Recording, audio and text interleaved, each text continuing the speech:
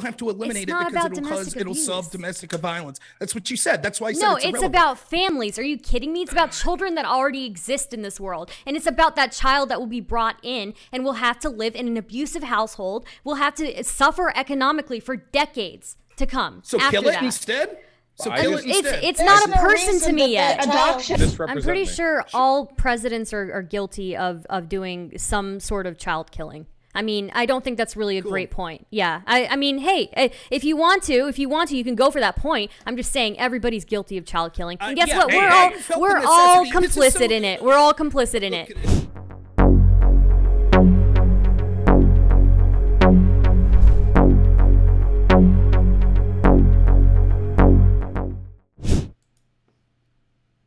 Hey everybody, tonight we're debating a political panel on January 6th, Afghanistan, CRT, and the recent Texas abortion law, which we will start with. Folks, thanks so much for being with us. Our guests are linked in the description. And with that, regarding the Texas abortion law, what are your thoughts, folks? Let it rip. I think it's a pretty bad law to begin with, honestly, and it's going to hurt a lot of people, but it's mainly going to hurt lower income and marginalized people the most, because these are the people who are already struggling to have the best access to things like birth control and family planning to begin with. But that's my thoughts. I have limited knowledge on, female health and things like that. Well, are we all aware of what is special about the Texas law compared to recent attempts? Because we're all special. Right. So the Texas law is interesting in that in previous a heartbeat threshold laws have been struck down because it's just a straight up ban. This one kind of gets around, or potentially gets around it, in that it's not criminalizing it. It's a civil. It made a civil issue reportable by private citizens, which is why the Supreme Court hasn't immediately blocked it, and it's gonna go to the courts, which is interesting from a legal perspective. But I don't know how it's gonna work from like a practical perspective. Yeah, it's completely indefensible. I mean, not only is it clearly a violation of constitutional precedents on the issue, but the practice of circumnavigating the Constitution by deferring state law to incentivizing private lawsuits through bounties is insane. I mean, not only does this massively complicate things, not only will it choke up the courts, not only is it completely disingenuous, but it encourages a culture of fear and stigmatization where industry and friendships alike are ground to a halt as everyone terrified tiptoes around this ridiculous law, which was clearly put out there as bait. There's no way this survives scrutiny. It's funny. You could say almost the exact same thing about Biden's vaccine mandate that he pushed today. Clearly unconstitutional, designed to pit neighbors against others, etc. Things like that. A couple things to say. Wait, hold on, really quickly. Please. It's an employer ban. How does it pit neighbors against each other? Because the entire idea is to demonize the unvaccinated, which again, as Carr was saying, is disproportionately poor people and people of color, the unvaccinated. That's what the entire idea is, to place all the blame on them. We can talk about that another day though. But it's funny to see the my body, my choice people all of a sudden be real concerned about the government influencing what medications you have to put in your body. I don't disagree with you, Sphincter of Doom, that there are specific questions in the way that this would be implemented. I do have questions of what this could lead to and other things. And if you're conservative out there, that thing should matter. For example, what if they say, well, we're going to pass laws that say people that sell guns and lead access to guns that end up harming someone could be civilly sued. It's not criminal, but they could be civilly. That's something that could potentially come. So we need to look at these things with scrutiny in the way that they're implemented. However, having said that, Roe v. Wade is an abomination. The right to privacy has nothing to do with whether or not you could snuff out a life. The only thing that matters is that fetus a life? We may disagree on when that fetus becomes a life, but once we determine it is a life, it is inhumane to snuff out that life. It is not a choice of the woman at that point, because it is a separate life. And to see so many people that are willing to say, I should be allowed to force you to have a vaccine because there's a very small chance if I force you to have that vaccine, I have a slightly less chance of getting COVID. But on the other hand, say I should be allowed to snuff out a potential life because it's my body and the government doesn't have the right to tell me what to do with it, is absolutely hysterical to see the irony and the double standard there. I would actually disagree there in that on a number of reasons. One, it is not necessarily hypocritical if you are a my body, my choice, unless you are going to harm another person. So people who are pro-choice don't see fetuses as persons who you're not actually negatively impacting, whereas those who are for vaccine mandates do think you're impacting a person. So So it's not hypocritical on the part of those people. But let me stop you there. The point is, the only thing that matters then is determining whether or not the fetus is alive. Can we agree that if we could objectively see that the fetus is alive, then the idea of my body, my choice wouldn't apply because it's a separate life? Well, a person, not a life. Right. Cells are alive. We need to determine personhood. Fine, personhood. Well, no, there's the abortion debate is centered around two questions. One, when does personhood begin, or to what degree does personhood begin? And two, under what conditions does the right of one person supersede another? So it's not just, okay, the fetus is a person, maybe, but then, okay, under what conditions does the rights of one person supersede another? So it is not the condition when you're killing one. That would supersede. Snuffing out a life and a person would supersede the inconvenience of the person. We can all agree the law is legally indefensible, right? Wait, just really quickly, before we get to the moral arguments, the legality of this law is definitely not constitutional, right? We can all agree this is a huge underhanded move meant to bait attention and circumnavigate an obvious constitutional precedent. Just real quick. Wait, so it can't both be unconstitutional and circumnavigating the Constitution. It either violates the Constitution or it doesn't. Well, I think it does, but it does so in a unique way. One thing I do want to do, I promise we'll come right back to this. I heard one voice that we hadn't heard from yet, but I'm trying to figure out where they were. Is that you, Kay? That was me. Go ahead, Kay. Okay, I'm, token pro-life activist here, guys. I've been a pro-life activist for 7 years. I have a vested interest in this conversation. This is all kind of like a moot point because the point of the Texas abortion ban as it stands right now wasn't to do some like weird shit with having citizens sue each other or sue abortion doctors in Texas. The whole point of this law was to see how the Supreme Court was going to react to it. It's literally just pro-life organizations kind of poking at that bear. We haven't had a case like this go before this particular Supreme Court with all of Trump's nominations on the Supreme Court. They just wanted to know whether or not it would go through, whether or not it was going to face backlash in the Supreme Court, whether or not it was going to be rejected by the Supreme Court, and it wasn't. So the whole purpose of this bill is just one step in the direction of trying to overturn Roe versus Wade. Once Roe versus Wade is overturned, you're not going to, this law is going to be null and void. They're not going to care anymore. They're just going to outright ban it. So I do have issues with this law. I don't see it being incredibly practical. I mean, private citizens suing abortion doctors whenever they have no stake in it, there's no loss, like that's a hard sell. And you only collect the money if you can win your case. So you're not going to see a ton of people taking up these lawsuits because it costs money to sue people. And if you don't win, you don't get that money back. So this law, like on a practical level, like it's really not going to do much unless abortion clinics and doctors that perform abortions are just going like, we're going to abide by this law because we don't want to be sued.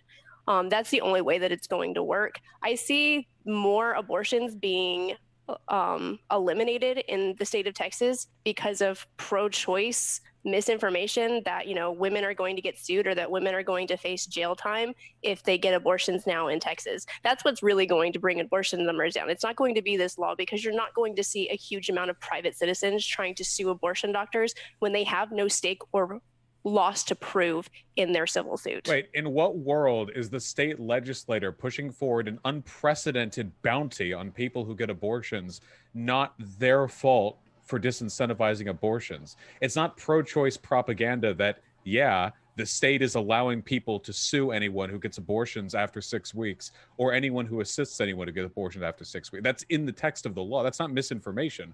Whether or not you think those lawsuits would be common does not speak to the fact that this fear is very obviously coming from the explicit behavior of those legislators. But you can't sue the woman that has the abortion performed on her. There are legal protections for the woman for both there's both civil and legal protections in this bill for the woman that attempts to get an abortion or successfully procures an abortion after 6 weeks in the state of Texas. Just the doctors and anyone who could be argued to have helped at any point. Yes. I may be wrong, but I think Kay's point was that the misinformation is that the people who are suing have no standing. They have no case. so it's not going to go anywhere. The fear of being sued is not the same thing as losing a lawsuit. So I think that's what Kay's point was. Forgive me if that's my point. Like civil suits, you have to prove some sort of loss or that you have a stake in this. And a private citizen that just happens to know that this abortion doctor performed an abortion after fetal heartbeat was detected, they're not going to. The chances of them winning that suit are very, very low. And whenever you take the chilling effect that takes place, like the threat of a lawsuit is more than enough to deter people from engaging in some types of behavior. And you don't know that those lawsuits are going to lose anyhow. You have no idea how these things are going to pan out, particularly given Texas's demographics, given the expense of defending yourself in a legal case. I mean, this is clear disincentivization. They're doing it through a legal loophole, but that's obviously the goal of this. We should be focusing on things that reduce abortions naturally and healthily, like encouraging proper contraception, good sexual health education, and making sure that people can make right family planning decisions. But instead, right now, what we're doing is encouraging some dystopic 1984 neighbor spies on neighbor bullshit in an effort to address this with the sincerity you'd expect political advocates to engage in. Again, I just have to bring up the hilarity of the double standard of the people that want to blame the anti-vaxxers for everything, talking about neighbors versus neighbors. Now, talking about the constitutionality of this, the truth of the matter is Roe v. Wade was an abomination. There is no constitutional right to an abortion. The idea that the Fourth Amendment right to privacy somehow entailed women to have an abortion is absolute nonsense. The Constitution is very specific about what should have happened. Abortion existed at the time of the Bill of Rights, and the Bill of Rights specifically said in the 10th Amendment that everything that is not outlined specifically as a power to the federal government should be up to the state government. Abortion is a state's issue. Each state should be allowed to pass the law that they want. If the federal government wants to change that, there is a process for it. That's called an amendment. They could pass an amendment that guarantees a woman's right to abortion. Oh, the truth is that that's buddy.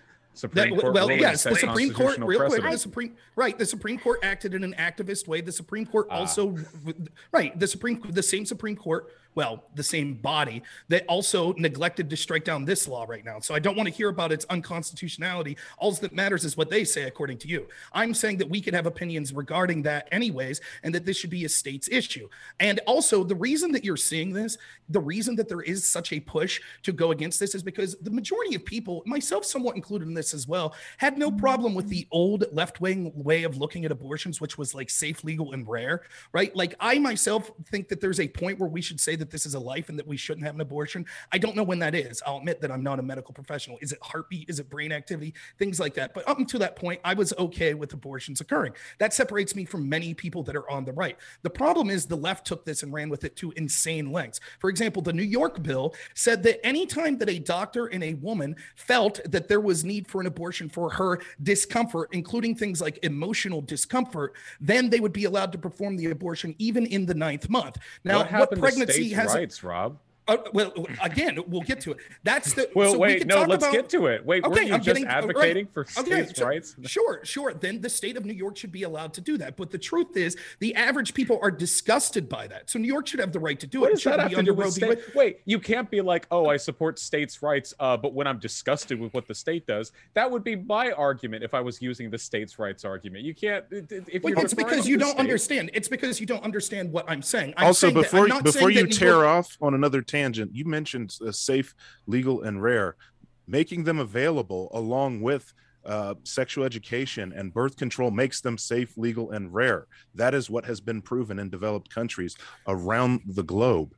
You want safe, legal, and rare. If you would let me finish, what happened was, although most people were on board with that, and I have no problem with the states deciding what their particular abortion law should be, that's fine. They can hash that out in their own state. So I'm not saying that New York doesn't have the right under the state's rights to do that.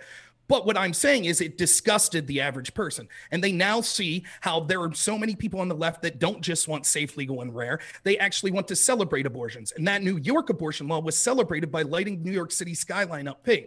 This has led to many people saying, well, fuck it. If I have to take one extreme or the other, I'll take the extreme that says then we'll criminalize abortions in general. Because we're disgusted by the celebration of the death of babies that we see that's becoming mainstream in the Democratic Party and the left. Your political opinions were formed by getting mad at the left doing something? Which not TikTok me. Hurt you?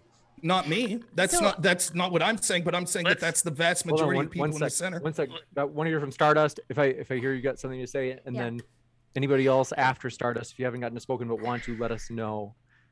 Go ahead, STRDST. Yeah, so I just have a couple of points. I think the first thing I wanted to address was the whole hypocrisy behind my body, my choice, right? I think it's really interesting that it applies to carrying a baby for 9 months, but somebody can't wear a mask for like 10 minutes in a Walgreens, right? Also, I think that to be so worried about these children and not look at like the endless amount of studies that show that there are long-lasting detriments to a family when a woman is turned away from an abortion, right? When a woman is turned away from an abortion, and there's like a study that like followed this, women who are turned away are more likely to stay with an abusive partner. They're more likely to expose their existing children to abuse in the house, right? And have them be witness to that abuse. They're also more likely to not bond with that child that they're forced to carry to term. I mean, these are all very anti-family things. So I don't see how being pro-life is pro-family at all. I think if you want to be pro-family, you should be pro-choice and support the right for women who need an abortion to get one. Killing a baby for the convenience of lowering domestic abuse isn't something that I would consider. We don't that think seems they're heinous babies. and evil. They're right. not Well, then the babies. question becomes, Wait. are they babies or not? I don't want to hear about domestic abuse. It's irrelevant to the question. It's pretty All right, relevant. It is wait, all right. relevant. Actually, do you know That's about not- reproductive coercion? Like that happens all the time. Yeah. And then a lot of people become pregnant because of reproductive coercion, because they have a partner who sabotages their birth control or sabotages their contraceptive and gets them pregnant. There's something Okay, like let me just there's ask a hypothetical then. majority of women who first experience domestic abuse experience it when they are pregnant. Okay, two things. One, a lot of talk of women here. I thought men could get pregnant too. What about birthing persons? Second, let me ask a hypothetical then to STRDST and Vaush, since you're saying that. So let's say that we could objectively see that a 7-month fetus is a person. Somehow in the future, we're able to objectively see that. Is it worth killing that person to lower domestic violence? How do you objectively see if a person's a person? Who knows what the future science will prevail? All right, that we'll be able That's to a objectively philosophical decide this question. science. But Vaush personhood is is right a there. philosophical argument. Okay, Okay. then when does personhood begin? That's the central contention of abortion, and it's a philosophical question. Well, Right. I'd So argue- answering I'd that argue- question is super. It's answering that question is prima facie to talking about things like domestic Well, I'd abuse. argue Because that- if we determine it's a person, repeat the then question? we wouldn't care if exterminating that person would lower domestic abuse. Before we continue, I want to correct one thing. You are slightly mistaken as what the legal basis for Roe v. Wade would. It was not just the right to privacy; it was also the right to due process. And the courts determined that if you have X number of women of reproductive age, there isn't enough courts that could process any contentious claim that where they're before the pregnancy comes to term. So that would violate the right to due process. So it isn't just privacy. That's ridiculous as well, but whatever. The 92 Casey decision also that sought to rehear this case because we had new medical information about what a fetus is and the signs of life and things like that. The 92 decision was just 15 pages of what they called a defense of stare decisis, which is Latin for precedent. So they rejected to hear the case in 1992. It's been many, many years. The case should be reheard. We now know far more medically about what a fetus is, about what viability is, about what life is. And that's the reason that it should be heard. And the right to We privacy don't or know due anything process more should have about nothing to do with this. personhood. But it's personhood. Right. Wait, hold on. Wait. Personhood isn't even relevant to this discussion. Not We can't really, no. legislate. We can't legislate philosophy. We're never going to find an objective answer to when personhood happens. Okay. The real answer to this is obviously bodily autonomy, which is why Rob gets off so hard when he does the whole vaccines, abortions, my body, my choice shtick. You know, the fundamental argument is this. Okay. If everyone could see me just a second, because this is the argument we're going to be having anyway. All right. We're talking about whether or not a person should be legally committed to donate their bodily resources to keep another person alive. So an example, which is analogous to this perfectly, would be imagine that you're driving down a lonely rural road and you end up getting in a car accident because you're drunk as balls.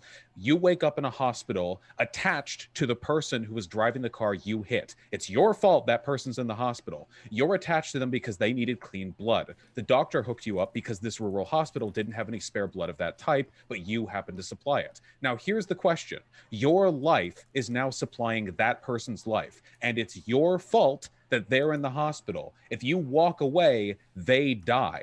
The question is, do you have the right to disconnect yourself from that machine and walk away without being prosecuted by the state. And right now in our legal system, the answer to that is yes. You can get in trouble for the drunk driving, but not for choosing not to donate your bodily resources to preserve another life. There's a slight There's a great distinction why this is an analogous. One sec, just to hear for the first time from Sybil. Go ahead, Sybil. So I was just going to say there's one key reason why this isn't analogous, and that's simply because when you're pregnant, your life doesn't stop. You are not relegated to a single room where you can do nothing else except be the life support of this other person. Even if they asked you to donate blood once a month to keep that person alive and you could otherwise live your life perfectly ordinarily, you would still have the legal right to reject that. You don't have to donate your blood, even if it means that person dies. And that's a person, not a fetus. Okay, but we could see, there's several things to say. This analogy doesn't make sense. One, it's because in that world, there would be other ways that we could provide for the life of that person, right? So if you're in a wreck, it's not that your specific blood would be the only thing that could keep that person alive. Similarly, when we talk about pregnancy, there is viability that you could bring someone to term or have a C-section or something like that, even earlier in a pregnancy, as early as 4 months sometimes, and still have a viable baby that could survive outside the autonomy of the woman. So why would we choose to kill that life that could exist outside of it with reasonable medical technology, as opposed to just murdering the child? The second thing is, I have a question specifically for Vaush. Take a fetus out at 4 months? I've heard of cases as early as 4 months. Yeah, I think it's 5. I thought it was 5 was the earliest. Okay, let's say 5. I thought I've heard 4. Let's say that. The youngest preterm baby was 21 weeks. Thus far, viability is 21 weeks. Right, so there we go. That's got to be an edge case. It could be a tiny little fetus baby. Real quick, to ask Vaush a question, he said that it has to do with bodily resources. Do you consider labor a bodily resource? Well, yeah, for sure. Okay, so in your definition, someone shouldn't have to provide bodily resources to keep a person alive?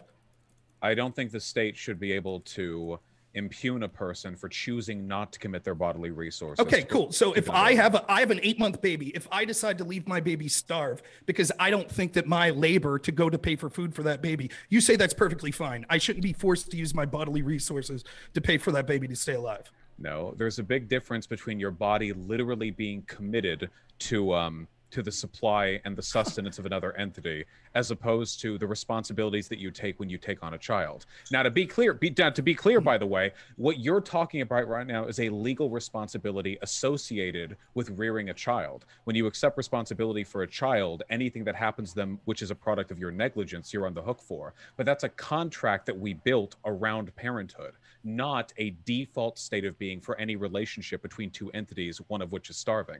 You could walk by a baby in the woods, watch it starve, and not get sued by the government. So what we see is necessarily analogous. So what we see is you've backtracked on your argument that it was about having to provide bodily resources. So when proven that your rationale would literally allow, and people do make this argument, as you know, Vaush, people question when personhood is philosophically. Some people say it's not until language develops. Some people says it's not until cognitive abilities around 3 to 5 months after being born develops. So this rationale of, oh, well, we define personhood as how we see, and we say that it's okay to extinguish that person because or that entity because it's not a person until I philosophically say it is irrelevant. All going back to the point to what I originally made, which was if we determine the question is personhood, that's the question. The idea of once people decide that it's a person, real quick, let me finish. The idea of once we decide that it is a person, but we still have to exterminate it because of domestic abuse is nonsense. If we determine that it's a person, then saying, but we still have to eliminate it because it'll solve domestic violence. That's what you said. That's why I said it's about families. Are you kidding me? It's about children that already exist in this world. And it's about that child that will be brought in and will have to live in an abusive household, will have to suffer economically for decades to come. So kill it instead? So it's not a person to me yet. Adoption. It's not a person to me. Going to say, you can adopt. Destigmatize other things that you can do with that child. I mean, are we going to start prosecuting people for having miscarriages? Are we going to start suing people for? I promise we'll come right back to you, Stardust. I think Sybil was saying something first. I promise we'll come right back to you and give you plenty of time, Stardust. Sure. Emma was talking. I was just going to say that there's. Oh, sorry. My mistake. Emma, if you were also trying to get your first word in for the night, we want to give you a chance. All right. Right now? Okay. So with the abortion, there's many other options. Adoption, there's the foster care system. I myself am adopted, international adoption. So just because a lot of us want to play God and think we have a crystal ball and the kid might have a bad life because of abusive house or we're poor right now. Circumstances change. People you're not going to be in a miserable state every single day of your life. That's not, you're going to have peaks and valleys, but that's not an excuse to just eliminate a life. I can't buy into that justification for that abortion. And most abortions seem to, like 98% of abortions are out of convenience, either due to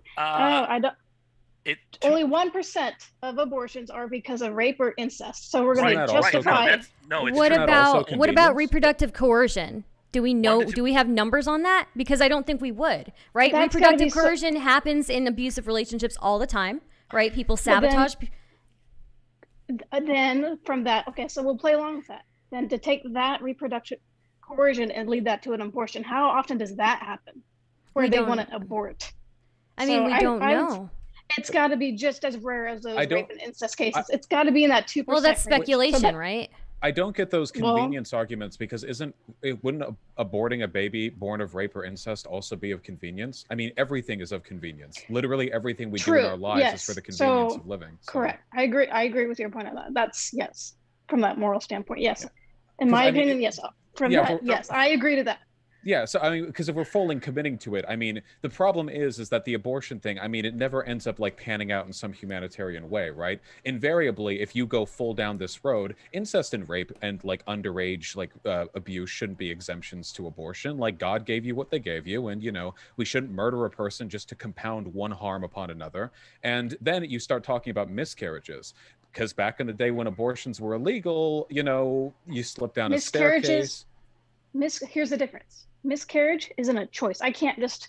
It can be. If I was pregnant, you can't induce. It can. If you're trying to miscarriage, then that's your choice. A natural miscarriage, you can't just wake up and say, "Today I want to have a miscarriage." That's called an abortion.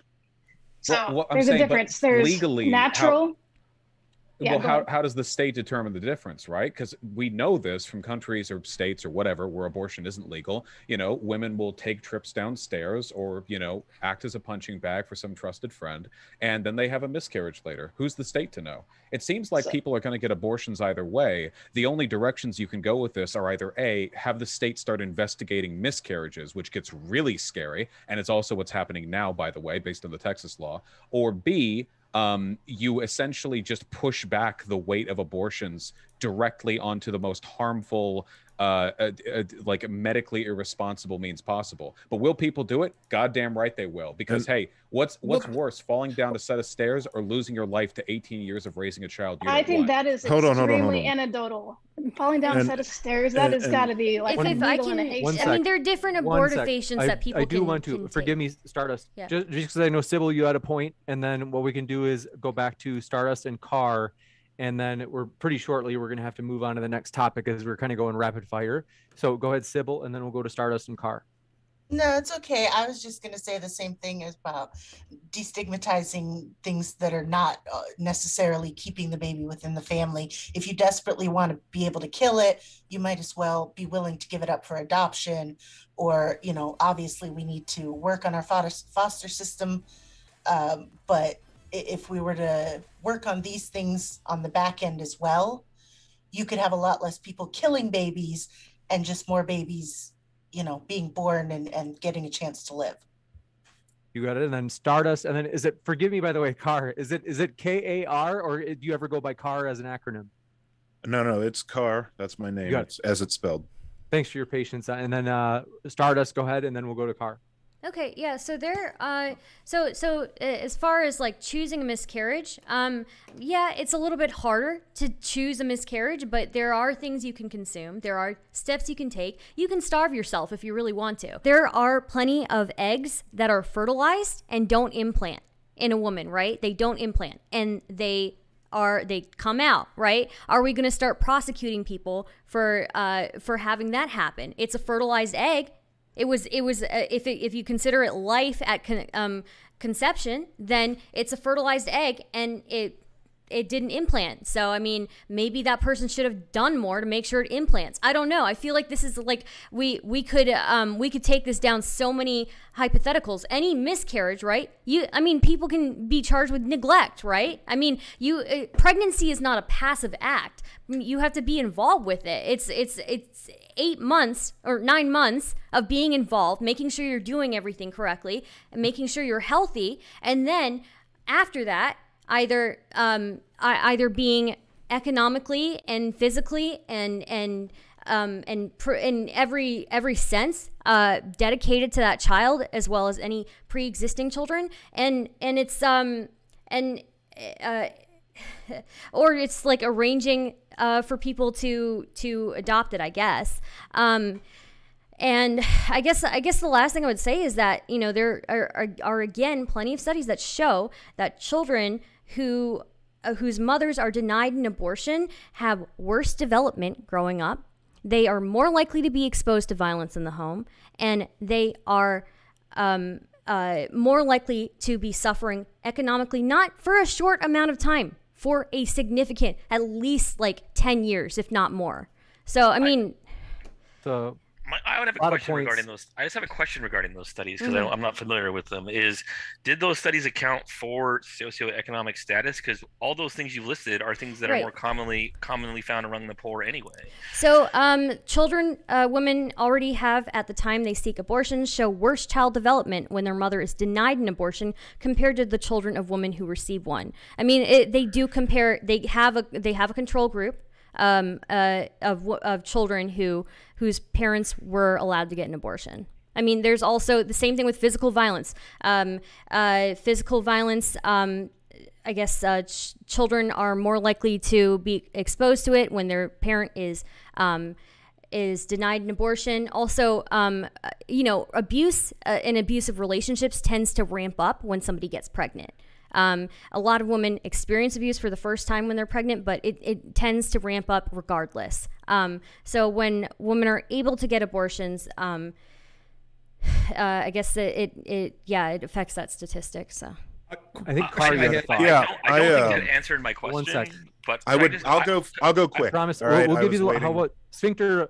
I promise we'll come back to you, and especially if you're kind of giving a little bit of pushback, because I think that rather than wrapping up with this topic with two people who lean more pro-choice, I do want to give a little bit of time of response from a pro-lifer, or I don't know if you're even a pro-lifer, maybe you're pro-choice, but to get the variety in, I want to go first with Carr though. All right, yeah, I'll make it quick. I wanted to directly answer, or at least speak on Sybil's point earlier, saying, "Oh, well, you can, pursue adoption or fostering and things like that." That doesn't take away the fact that you are telling someone they are still forced to carry a child to term. You are telling someone they are forced to wield a cesarean scar or potentially have lifelong changes done to their genitalia. You're telling someone that they can potentially get postpartum depression, something that they may never fully recover from. You're telling somebody that if they have complications during delivery, they could have lifelong trauma, not to mention scarring or damage to their body. So we can't be blasé or nonchalant when we tell people that, oh, you just bring it to term and then put it up for adoption, because even that in of itself can be a traumatic act. And I don't believe that's something that they should be required to go through. And then I will put this back to the people who are assertedly pro-life, because nobody really addressed my point earlier. I assume that this law in Texas was set in place to lower abortions, but nobody has responded to the fact that in developed countries, most of Europe, the United States, and large parts of South America that actually have good access to birth control, as well as available abortions that are unrestricted for whoever needs them, and they are financially accessible, they have less per 1,000 women. There are multiple sites that report this. You can look up different websites that report these numbers. So the action that the law is taking, the only outcome that you could want from that law is to punish people for having abortions. That's the outcome that will come from the law. Go ahead. I want to give whoever would, you could say, disagree with Stardust and Carr to some degree at least, just so we have a little bit of balance before we move on to the next subject. Kay's been waiting patiently. Kay should have his. Kay, let's go. Sure. Okay, I'll try to be quick. I should have had a pen and paper to write down everything I wanted to respond to, but I'll start with. For sure, have to go to the next topic. Go ahead, Kay. Sorry to interrupt. I will address Carr's question first, because I agree with you. Okay, having access to contraceptives, better sex sexual education, getting to the root of the problem for these socioeconomic issues that drive women to have abortions is what is drastically going to lower the abortion rate. Majority of pro-lifers agree with this, and it is something that there are whole organizations within pro-life activism that are addressing these issues, and we want to see these issues addressed. We want better access to contraceptives. We want better sex education. People are not we want to address the socioeconomic issues the only that drive women into abortion pro-family clinics. choice But is pro-abortion. making abortion illegal does bring it down by as much as 15%. Now, that is a small percentage, but it is a small step in trying to save lives. Now, I am not Sproutacus, you're different. Okay, you're different. Conservative pro-life activist. I'm just saying. I do believe that the social issues if you're pro-family, I think that you should go be into abortion are equally as important. I don't do this whole pro-life, pro-choice shit. Okay, because that's where you're going to see the majority of abortions go down whenever you address the socioeconomic issues that women are facing. I do. Now, can I real quick just say? I just want to ask a quick question, just real quick. If we are saying this, that the definition of personhood is different. I just want to ask: are you people saying that a 9-month abortion is acceptable? I just want to ask. If we have a very quick answer, I am okay with that. It's a quick question. We have to go to the next one. And Rob, I promise you, your punishment later will be severe. Sure. Go ahead, Emma. That's a big question. That will open up a big can of worms. But I was going to reiterate or just touch back with the other gentleman's point about forcing someone to carry their baby to term and all these the scarring and the bills and all this stuff. That's the same thing with abortions too. Abortions aren't perfectly safe. You can get death is actually a severe, it's not common, but you can die from abortion. There are statistics. You can even get your uterus punctured. I mean, this is even by professional doctors. There are risks and heavy complications with abortions, just as like giving birth. So you got to look at both sides of the Is their rate anywhere equation. Near that of childbirth death rates? No. Okay, cool. 9-month abortions. Hold on. Okay, no, hold on. Cool we really do. We do have to. We already talked about this. We were supposed to end with Kay, so I have to jump in. I do want to mention we are going to read some of the questions, and one of them is aimed at you, Vaush, believe it or not, and then another one is more generally for the pro-choice side. So this first question coming in from Hate Watcher for pro-choice side in general says, should a male be able to force a female to get an abortion if she sabotaged him to get pregnant? No, that's my hot take for that one. No, I don't think that that would be wrong, but I still don't think turning around and removing someone's autonomy by force would still be wrong, and I wouldn't advocate for that either. Gotcha. Well, the problem there is that now you're in a situation, given the legal structure that we have, is that the mother is forcing the father to labor to support that child if she has every intention of bringing it to term. Yeah, so but you can solve that by changing the way parentage works much easier than you could by allowing people to force other people to get abortions. I'm not saying that. I'm saying that you can't have it both ways. You either consent to sex is consent to parenthood, or it isn't. Until then, it's not really a bodily. To say it's bodily autonomy is to oversimplify. I'm not saying it isn't bodily autonomy, but you have to consistently apply that principle. Right, especially when one of the big arguments being given was coercive pregnancy. But there's a big difference between bodily autonomy and legal. I want to get the last parentage. word too. But your autonomy is completely changed based on your parentage, a parentage to which you consented under false pretenses. Yeah, but you can address that by addressing the legal structure, the law surrounding parentage. There's no reason to allow coerced abortions. That's like a very out of left field. I'm not saying that there should be. I'm saying that the argument why there shouldn't be, that it's just simply bodily autonomy, is not enough. You have to acknowledge that his autonomy was violated in this case, and it would be further violated if he was forced to support that child against his will. I want to give the pro-choice side the last word, since this question is for them. So Stardust will give you the last word, and then we've got to go to the next question. I think that if there is a way in society to share the burden of child labor a little bit better, then it would be great for men to have an equal say in abortion rights, right? But as it is right now, men and women do not share the same amount of burden when carrying a child to term. They are not inhibited in the same ways, right? So until we reach that point in technology where we're able to do that, I feel like it's fair for the person who is bearing the brunt of that labor to bring that child into the world for them to have the ultimate choice in this. I know you got another round in the chamber, SOD. You got to let me make it up to you. I promise I'll make it up to you in a future debate. I know that there was a debate you requested earlier, so I promise. But this one coming in, forgive me, SOD. I have to. Made by Jim Bob says, Vaush, as technology brings viability very close to conception, what will pro-choice people say? What will pro-choice people say when what? As they're saying, as the technology continues to improve, pushing viability back toward conception, and nearly, I think that they're saying like close. They say close to conception. So maybe they're talking about external wombs. Oh, so that based. doesn't change the math. Look, Based.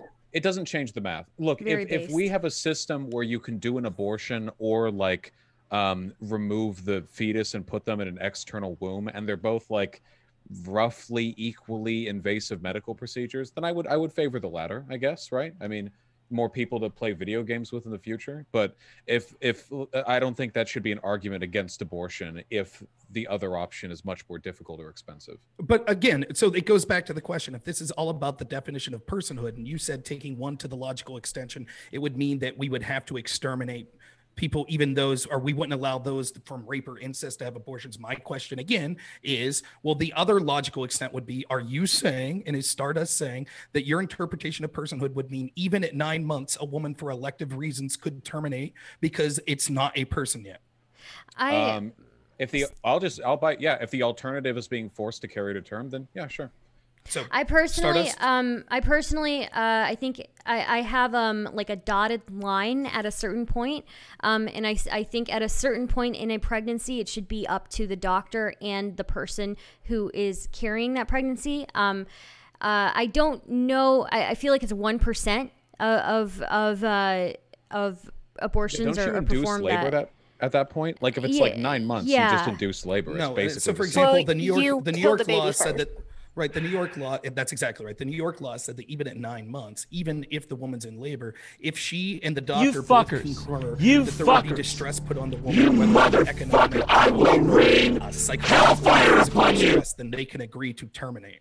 This happens. There are hundreds of thousands of third trimester abortions that occur. And logically, and STRDST, I appreciate your position, but you could understand the pro-life position then of just saying, well, we think that personhood, if you're not saying personhood is at birth, then we have to have a distinction of when personhood begins. It seems like the best markers would be things like brain activity, heartbeat, things like that. But to Vaush's point, you can see the monstrous nature of these people that are pro-choice that would literally allow abortions to occur even while a woman's in labor. So if I can interject, and it's why people push back. If I can interject for a second, okay. A lot of the times, okay, go ahead. Really quick, I just want to say, Rob, I think it really speaks to the weakness of your points that you're incapable of holding any position without saying the left is responsible for you holding it. Everything you say is like, I didn't say me. The left went too far, and that's why I believe this. Now, I mean, with the personhood argument being like purely philosophical, and with you not having actually posited any philosophical arguments for your belief in personhood, I don't know how you could call my belief here monstrous. It just seems like kind of a intuitive moral position of yours. I need to correct something. I'm sorry. I need to correct something. When people are having this 9-month abortion or 8-month abortion, a lot of the time, women who give birth and have these complications, they either have the choice of giving birth to this child and having it suffer for 3 days in pain, right? Because there's a complication, or they have the choice of terminating that life early. So it's going to be a death either way. I would rather have them the ability to choose one that's going to be easier for that person. Again, according to the Guttmacher Institute, Rob, I do want to jump in. Forgive me, Rob, for doing this. Don't worry, this question is actually for you, Rob. So you might be able to work in your answer to some extent, but I do want you to first address this actual question. They say, Bash the Fash, Spank the Tank asks or says, Rob lied about New York abortion laws, by the way. It's extended to 9 months in cases of medical necessity, such as lacking fetal viability or threat of the mother's life. That's not true. It is extended to 9 months, but it talks about distress being, it defines of harm to the mother as things like emotional distress, any decision that is made that there are types of distress. I don't have the law right in front of me. What I do have in front of me, though, is the Guttmacher Institute, which is one of the most prolific pro-choice institutions that exist. It claims that 80% of late-term abortions in the study that they did were for things that were reasons that were basically elective, such as they didn't feel that they would be able to financially provide for the children.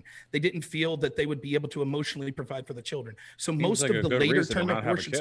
Sure, but most of the later term abortions weren't because they were concerned that the baby was going to be born with a chronic issue or the woman's life was going to be in jeopardy.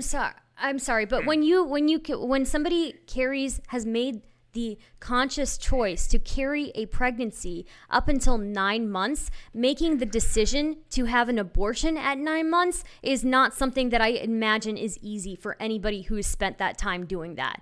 I don't think I feel like there may be a little bit more there that we could look into, but I'm not one who's going to think that somebody just changes their mind at 9 months after after carrying a child for that long. Especially considering that carrying for 9 months requires a much more physically invasive abortion procedure. It's not just taking a pill at that point, but moreover, you're talking about the percentage of people, aborting a late term fetus for convenience, as you called it, for financial issues. Talk about the actual raw numbers here. What percentage of abortions are late term? Because are we quibbling over a statistical anomaly? The numbers that I've seen is 12,000 a year. 12,000. There's like 600,000 abortions a year. It really is. They are the minority of abortions. But that's 12,000 dead babies is okay. Babies I didn't say it was okay. I'm saying so it's not an insignificant number. Can I interject here really quick because I want to address the late term abortion thing because there's so much misinformation about late term abortions. It's actually incredibly ridiculous. Whenever you're talking about a late term abortion, this is an abortion that takes place over a 3-day period, and it starts with sending the baby into cardiac arrest, and then the woman has to go through the process of labor with absolutely no help. If anybody knows anything about how labor works, it's the baby and the mother working together to get the baby out of the birth canal. It's incredibly hard whenever the baby is dead and cannot help you. This is something that takes place over a 3 to 4 day period. It's an incredibly traumatic thing. And if you actually go and look at the numbers, I can't pull it up because I'm streaming from my phone, but late-term abortions in comparison to the maternal death rate are actually incredibly close together. Late-term abortions are incredibly unsafe for a multitude of reasons. So whenever you're comparing having a child through natural birth or through C-section or going through a late-term abortion in aspect of safety, there is potentially no difference. Even though the question was technically for Rob, but speaking on behalf of Rob, thank you, Kay. And we are going to jump into the next topic, as I think we're only going to maybe get 2 topics in tonight, as we had discussed talking about Afghanistan, whether or not this has, we'll let you put it in your own words. As we transition into this brand new topic, any thoughts on Afghanistan in either direction? Yeah, I'd like to praise the Chad Biden for doing what Donald Trump couldn't, which was actually following through on his promise to get out of Afghanistan. Trump, he talks a big game, he flaps them lips, but at the end of the day, he kept pushing that date back and back and back and back after the inauguration date. Big ball Biden coming through, actually taking it to task. I respect that. I have a question for everyone. Go ahead. So does everyone Please agree clap. that we should have, so let's ignore the when we left, but should we have left? Does everyone agree? Because I think, yes, I agree, but we should have left. I agree. We never should have went in.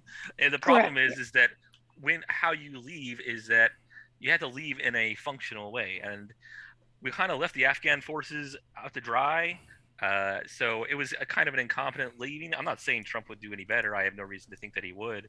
I mean, Obama and Bush, they couldn't get out either. Please like my so tweet it's more like and let's just get kind of a ripping the Band-Aid off. please like my tweet situation. and share The it. last three retweet it, presidents please. talked Thank you. about withdrawing Thank from you, guys. Afghanistan. Please which clap as well. I also Please clap. agree is a place Thank we you. didn't really belong in the first place. And all three of them failed to do Please it. clap. In this case, one of them mostly did it, but did it in such an utterly fucked way that it led to a lot of loss of life, and it's going to lead to even more loss of life. I'm not convinced that with all of the troops we did have there prior to the start of the withdrawal, that we could not facilitate better evacuations. This is something that should have started 4 months ago. But instead, Agreed. we're going to rush a withdrawal in the space of 3 weeks, leaving people fucking clinging to landing gear on aircraft and flooding a tiny ass airport in Kabul. So I would say that our current president failed in that regard as well, because it wasn't a good withdrawal. It was a messy, botched withdrawal. The only thing he succeeded in, possibly you could say if you squint, is that he lowered the overall number of troops in the area just to go and post them elsewhere in the Middle East, because they're building up a blockade already. Not only that, but the majority of his intelligence suggested that you should leave at least some forces there above what he did leave, because the Taliban, while there are fewer of them, they are better organized, and the Afghan forces have been organized in a way to be reliant on a combined forces kind of situation, reliant on air power like the U.S. is. When you take that air power away, it doesn't really matter if you outnumber the Taliban 4-1. You're just kind of scattered and unorganized, and that's where. So, go ahead. There's two things to criticize with this. First, I don't disagree Biden should have withdrawn. I actually do give him credit. And despite the fact I don't like Biden, I said if he actually withdrew, it was one thing I would praise about his presidency, assuming that he did it in a remotely competent manner. Instead, we see one of the most incompetent actions foreign policy-wise in the history of our country. It ranks right up there with the foreign invasions. Probably not as bad, though. And there's room to criticize Biden, which I'll get to. But it's great to see people like Vaush that support the intel agencies and their war in Syria and criticize Trump trying to pull out of Syria, all of a sudden applaud Biden in his disaster of pulling out of Afghanistan. So that hypocrisy is fun. But the thing that we should focus mostly on is, yes, there's room to criticize Biden, which I heavily will, but we've been lied to by our intel agencies, our media, by multiple administrations for 20 plus years in Afghanistan. They continue to tell us that we were making progress. They continue to send, if we just stayed another year, if we just sent another $1 trillion, if we just sent some more troops to die, that we were making progress there. And they failed in 11 days. 11 days. They massively outnumbered the Taliban. They were given equipment that made them one of the most powerful militaries in the area, and they failed in 11 days. That's how bad we were lied to by intelligence agencies, military people. There were 18 generals in charge of Afghanistan, and the mainstream media that operate as their propaganda voices. The irony is when you hear people like Vaush say, well, Big Ball Biden had the ability to do it when Trump didn't. Vaush and authoritarian leftists like him were praising those same intel agencies and propagandists in the media when they were spreading bullshit stories when Trump tried to pull out, such as anonymous intel agents. What do I even say to there this? are Like, goddamn, bro, what the US fuck? By Russia, and so if Trump pulls out, that's a pro-Russian move. People Only like Vaush and 20 his ilk were praising True, those new intel friend. agencies and those propagandists when they True. were saying that shit. So it goes How to many show that they years can't have have it people both been ways. colonizing the left endorsed Afghanistan? the intel agencies in their war against Trump. The reason they Fuck, went to war dude. against Trump was because he criticized their policies in the Middle We East. shouldn't- They supported that fully, and now they're trying to have their cake and eat it too. Some of them, like Vaush, saying, well, we don't blame Biden, but also we didn't really support those intel agencies that we're currently supporting in Syria. It's absolute shit. and interventionists and 1800s? warmonger Okay. fascists like Thank Vaush ought to you. be Thank you, ashamed new of friend. themselves. Can I respond to that? I feel like I was addressed a few times. In I that think one. once or twice. Yeah, just a few times. Just a reminder, could we keep it to the arguments and not make personal attacks? Like, No, I'll talk about what I want. Thanks for the advice. The mod can tell me what to do. I think personal That's freedom. attacks are based, so. Okay. they're not helpful or useful or effective. I don't understand. Like, well, it's just a waste of breath. That's my opinion. We'll jump Is over to Vaush. Yeah, no, it's okay. Sorry. Okay. Saying that it's like, there are a lot of Republicans who have been saying that the Biden withdrawal is one of the biggest foreign policy disasters in a long time. I think that's ridiculous hyperbole, no matter how you slice it. All the timetables that we would have followed if Trump had actually followed through on withdrawing from Afghanistan probably would have led to an overall comparable degree of harm. Maybe the withdrawal would have been slightly less messy, but given the fact that everything Welcome to the was channel, messy guys. under Trump, If you don't know me, I'm Stardust. I talk about dicks and butts and talk about really fucked up hypothetical questions. Fuck whoever's speaking right now, okay? I am the kingpin. I am the kingpin. I am the king. I am the Don. I am the Don. I am the Don. Seeded into the problem, an inevitable consequence of decades of mishandling the situation. Is it true you once saw your dad's dick? Yeah, mishandle it it's at true. some points. It's I true. definitely think that he could have done a better job preempting. Welcome to the channel. As the you can see, of the camera is Afghan angled system, ever so slightly downwards because but altogether, I put my I think viewers this was on basically top. just a gigantic I'm foreign always policy looking up at blunder you. packaged neatly in a 2-decade-long mess that Trump, Obama, and Bush are all fairly responsible and complicit in perpetuating. Also, the reason why I was mad at Trump for pulling out of Syria is unironically evil. Wasn't because I'm low-key, guys, I tried to watch we that video, were but I doing fell base asleep. shit in Syria I fell with asleep like Rojava. halfway. You can We were ask fighting anybody ISIS who's a and regular doing in a great chat. job protecting them from Assad and from I Turkey, can't help it. which, I as just far fall as I'm asleep. concerned, is pretty cool. We were doing good work there. So there's differences in the circumstances. Finally, the issue with the Russian I'm sure it was a good video. Everybody was watching it. I just couldn't. It was that Trump's response was that he talked to Putin and trusted Putin over his own intel agencies. It was the way he downplayed it more so than anything else. He was like, he said nothing's going on down there, nothing to worry about. That was pretty funny. But in terms of the actual operative intelligence, you always take years to find out how much that stuff is actually true. Wait. So one thing that I have an issue with, whether you're praising Biden or whatever, is that we could have left at any time, and at the same time, we could actually just remove the regime in North Korea. Tons of countries could do that, but then you have a massive humanitarian crisis, and no single country wants that on their hands, and that's one of the reasons why it took so long for us to pull out. Is that we have this political theater to show her up where no one wants to take responsibility for anything, and this is just another example. And I don't think we should. Can I speak to that? So I would think the one justification behind all the BS that they spun us about Afghanistan is that they are not going to take. They had tens of thousands of troops in this region for 20 years. They could have very easily either secured the majority of that region and set up a proper functioning government of the people. They didn't. They set up a puppet state. That's why it was so rife with corruption. The reason that state fell is because the actual soldiers of that Afghan military and police department were starving. Many of them weren't even being fed. So of course they drop their weapons as soon as they get stormed.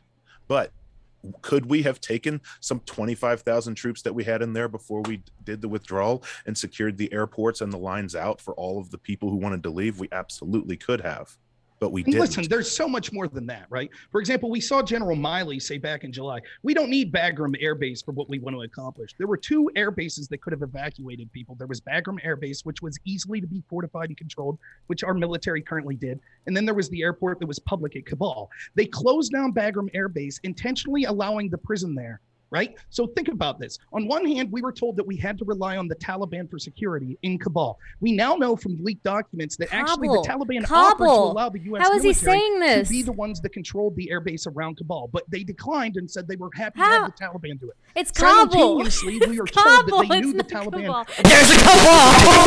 But inexplicably, not only did we leave all of our weapons and assets in Bagram Air Base, Kabul, dude, come on. The prisoners, which housed over 1,000 members of ISIS. The same group that we have to be in Syria fighting. And then the Taliban predictably allowed ISIS to be free, which then predictably suicide bombed There's a cabal. And innocent people. Now, all of this was because Biden decided to close Bagram Air Base because he couldn't come up with the reasonable solution. You should get out the weapons, the vulnerable I'm stealing people, that and point. the I'm just a coup machine. I'm stealing that point. I'm sorry. I'm stealing it. I'm using it. I'm using it. Biden, as Vaush called him, then decided I'm stealing that he it from was going you. to launch an airstrike on ISIS after that. Now, he claims that we killed You 2 worded members it better of than ISIS, I could but have. He won't name who they are. But you know who we did kill? 6 children and an interpreter that worked with us. But we don't talk about Big Balls Biden in that sense. But that's who Vaush is, and that's who so much of these militaristic leftists are. They're okay with the same people that lied to us for 20 years in Afghanistan having military interventionism in Syria. And they'll brag about when they kill children and kill interpreters just so Biden could feel like a man because he when botched did this I so bad. when did I brag about the murder of children and Well, interpreters? you're talking about Big Balls Biden's treatment of this Afghanistan. You were unaware that he murdered children? Hold on. Biden's big balls were pulling out when Trump said he would his entire presidency and then didn't. That was big ball Biden. That's that airstrike shit or the drone strike shit afterwards. That's not big ball Biden. Okay, that's little ball Biden. Don't misrepresent I'm pretty me. sure all presidents are guilty of doing some sort of child killing. I mean, I don't think that's really a great point. Yeah. I mean, hey, if you want to, you can go for that point. I'm just saying everybody's guilty of child killing. And guess what? We're all complicit in it. We're all complicit in it. This is what's ridiculous. One, Biden felt the necessity to do that because of his failures that led to our troops being killed in Kabul. That's why he felt necessary to do this. Secondly, I love listening to leftists that wanted to blame Trump for every single thing that happened when he was in charge. Now saying things, no, I'm not mad. This is just how I talk. But I understand you don't like when I'm proving you to be the shill that you are. How they wanted to blame Trump for everything. You just say one thing and then spend like 6 minutes talking about, and this is what I love about the left, and then you talk about like 6 other grievances you've imagined you have. But we're not actually on this topic. I really appreciate it. You guys have like this great tension between you, but I think some other people would like to get in as well. So great. I'll finish my point then. So the point is, real quick, that what you see is that they want to blame Trump for everything in his presidency and then deflect. Jesus Christ, dude. Rob, repeat yourself 10 more times. I definitely respect that. Want to mention I respect and I appreciate everybody's input, but I do, just to be sure, in case there are any people that hadn't got to put into this conversation so far, in particular, because I was behind on that. So thanks Stardust for saying that. Anybody in particular, Emma or Sphincter or AKA SOD, Sybil, Carr. I'd like to say something, again. But yeah, you see, somebody else should go first because I just spoke. So, just a couple of remarks. George W. Bush is probably loving this. He's sitting back and watching the three other presidents trying to clean up his mess. So he's just sitting there, and here we are fighting over Bush, Biden, and Obama. Not Bush, but Obama, Trump, and Biden, and he's just sitting back just loving this. So I find that kind of interesting that he's not really being brought up as much. And then Trump had a contingency-based plan to withdraw with the Taliban. I think we're forgetting that point. And the last year and a half of his presidency, not one American casualty in Afghanistan. So Trump had a very good foreign policy track record. You can hate him with his tweets and whatever, but foreign policy-wise, he destroyed ISIS, killed leaders. He didn't keep moving the red line in the sand. Did he destroy ISIS? Wasn't it ISIS-K that just did the suicide bombing? Did he destroy ISIS? Did he destroy ISIS? Right. The Moab. They were jailed. Wow. Love it. They were jailed, and Biden let them be free. That's what happened. Both Trump and Biden released people in jail who are the Taliban. But it's different. It's different than releasing people in negotiations, and that's why you won't hear me say things about the Bo Bergdahl exchange led to a lot of the people in positions of leadership. I'm not talking about that. I'm talking about, we thought in Biden and Trump's administration that these people were jailed, and they were apparently jailed because we thought they were a big enough threat to warrant it. And yet the Biden administration left those people to be freed by the Taliban, which then immediately attacked U.S. interests. And I'm just making the point that I don't understand why we're talking about hypothetically what Trump would have done. Right? Trump wasn't there. This was on Biden. And for the people that wanted to blame Trump for everything to now say, but how would have Trump done it any differently, is absurd. If I can come in. Trump laid it out. Trump laid it out. So Trump's plan may have been massively different. The buck stops with Biden. I just want to say a couple of things, and then somebody else can go. But Afghanistan has had different groups in it since the 1800s. I guess we just don't learn every single time from the prior group that was in there. But it's generally a bad idea.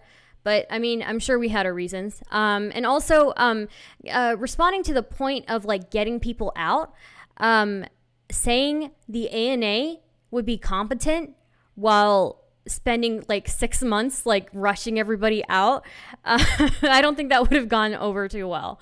I think it would. I mean, I don't think that would have inspired confidence in anybody. I don't think it was an easy thing to do. And I think all the presidents prior were probably passing the buck because they didn't want to do it, even though it's this huge drain monetarily. But yeah, I guess, props to Biden for doing something that was going to end badly regardless. So, yeah. Taking the optics hit. That is the reason why they didn't preempt the withdrawal earlier, by the way, or at least that's the imagined reason. They did hope the ANA would be able to keep the country propped up.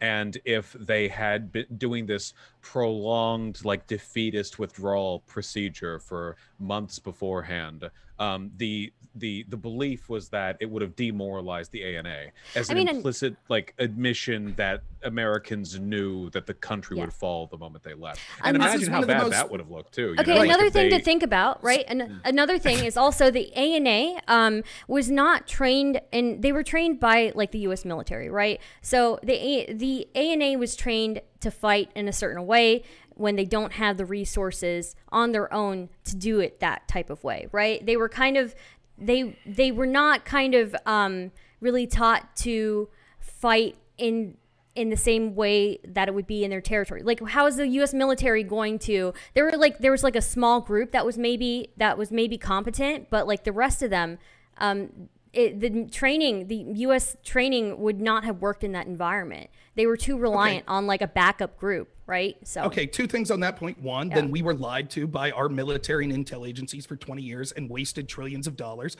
And that's through multiple administrations. That should be a reason that we consider not trusting those same intel agencies and generals in places like regime change in Syria, which is absolutely horrific that many leftists support. Secondly, when we talk about fighting ISIS. Right. Well, we see that ISIS was being fought and captured in Afghanistan as well. We see what happened immediately when we left. So that seems, if the justification is we have to stay in Syria to stop ISIS, how wouldn't that same justification be used in Afghanistan? Because okay, there are quite a few differences. First of all, our occupation with Rojava was useful because we were also defending historical allies against an encroach from Syria and from Turkey should we withdraw. Additionally, it looks like our pushback against ISIS was actually working.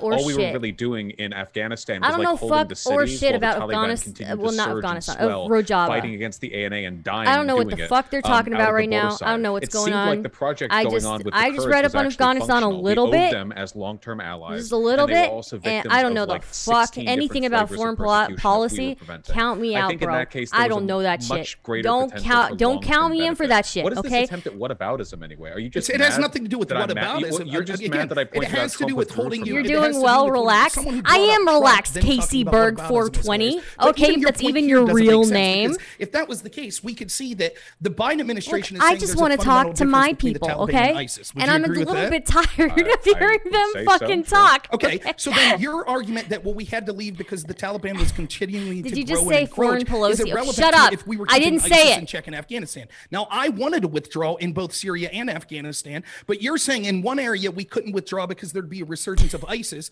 but in the other area, Afghanistan, you favored withdrawal, which immediately led to a resurgence of ISIS. So it doesn't make sense. You have 420 as part of your last name. Like, what kind of ethnic background are you from? Those people, whereas the point of the Afghanistan project was to prop the ANA up. Obviously, that didn't work, but nobody knew that for sure, or nobody knew how effectively they'd be able to hold themselves off. The ANA took most of the casualties and did most of the fighting in Afghanistan. Or by anyone, I mean we didn't. I'm sure military officials knew they were lying about the success of the ANA, but they knew damn well. Right? They knew. We knew there was plenty of corruption running in the ANA from day one. So additionally, we'd been in Afghanistan for 20 years, and all we really seem to be doing is propping up warlords and despots as pseudo-democratic leaders. Whereas again, at Rojava, I think there was a really worthwhile project, a budding little anarcho-communist fun time land that we were defending and actually meaningfully. Did none of these other people talk to their chats? I'm not against like what's going on necessarily. Do you guys not talk to your chats? Good in Syria and doing bad in Afghanistan. The problem is the interventionism is being led to by the same people that lied to us consistently in Afghanistan, and they lied to us in Libya, and they lied to us in Iraq, and they lied to us in Iran, and there's no reason to believe that they won't be lying to us in Syria for the regime building, which it's really not just about ISIS, it's about toppling Assad. That's why we're really there. But the other point I want to make on what Stardust and you were talking about, topples Assad, I think that's based. Right, of course, that's what it's really about. But wait, the other point I'm sorry, do you prefer Assad to Rojava? Again, I don't care to deflect the talk about. Welcome your to my efforts at regime channel. change Wait, because you brought it I up. don't know fuck or shit about foreign policy. Again, that's exactly what you're but talking I know about. a You're little talking bit about well, Afghanistan, yes, just a little the real bit. reason we're there is to topple Assad. You're like, that would be a good thing. We could have another No, debate I was only on that saying if another it time. happened, That's it would be a good thing. The project there was the Kurds having a separate area so they wouldn't be Topic of Syria now. Turkey I don't know if I don't know fuck about Syria. We understand that I don't know fuck regime about change it, and think dude. it would be based. The leftist I don't know fuck or shit about Syria. Moving into Assad. Wait, you're completely making this up. Rojava wasn't moving forces to go dethrone Assad, and U.S. soldiers weren't participating. You in that just effort. said that you would be in favor of it. I said that if it happened, Rojava is preferable to Assad, but that was not a project of regime change. Okay, well, that's what's going on there. We could see there have been generals and others that have talked about that one of the reasons that we're there is actually to apply pressure on the Assad regime and lead to eventual regime change of it. That's one of the reasons that we're there. But the other point that I want to make on what was said here, again, what was said here by STRDST and Vaush was this. They said, no, wait, I'll talk to you for hours afterwards about it if you want. But my opinions are my my opinions are my. Rob a chance to respond, and then I promise we'll come right to you, Stardust. Okay, both of you seem to make the argument, right? And correct me if I'm wrong, that it was about not inspiring a lack of confidence. That if we would have came out and said these people were doing poorly, it would have led to a lack of confidence in the ANA, which would have caused a debacle. Correct? Both you said that, right? It would have looked really suspicious for us to be saying, everybody get out, get out, get out, while telling everybody, also the ANA can handle this. Okay, so what we see is, so the rationale is, well, we couldn't remove the ISIS prisoners from Bagram. We couldn't remove $85 billion of military assets, which has now made the Taliban one of the most sophisticated air forces in the world. We couldn't remove our U.S. allies and U.S. citizens who were there, because if we did that, it would have led to a lack of confidence in the ANA. Well, congratulations, by not doing that, the ANA had so much confidence that they lasted 11 days. So it seems that the reason that is given we couldn't be honest about it, it's because the ANA would have eventually failed through lack of confidence. What would they have failed in 10 days instead of 11? And at least we would have had our $85 billion of military equipment back. ISIS would have continued to be detained, and our allies would have been brought back home. This seems like a kind of a hindsight thing. I don't think anyone expected them to fall as quickly as they did to the Taliban. It seems like a lot of the problems that we face with regards to the ANA was a poor understanding of the operational effectiveness of the ANA. Plenty of their soldiers were fighting the Taliban. They'd been dying by the hundreds every month. It's not like they were no strangers to combat. Many of them were quite hardworking. The problem is there wasn't a perfectly consistent understanding of how effectively the broader communication and administrative operations could actually hold things together. And additionally, there is an argument to be made that things could have been potentially made worse, or we could have prevented a Hail Mary if we had emboldened the Taliban by signaling our departure sometime beforehand. Just imagine a mediascape, okay? We build up the ANA for 20 years, and then we make it clear we think they're going to fail by hastily evacuating everyone before pulling our troops out.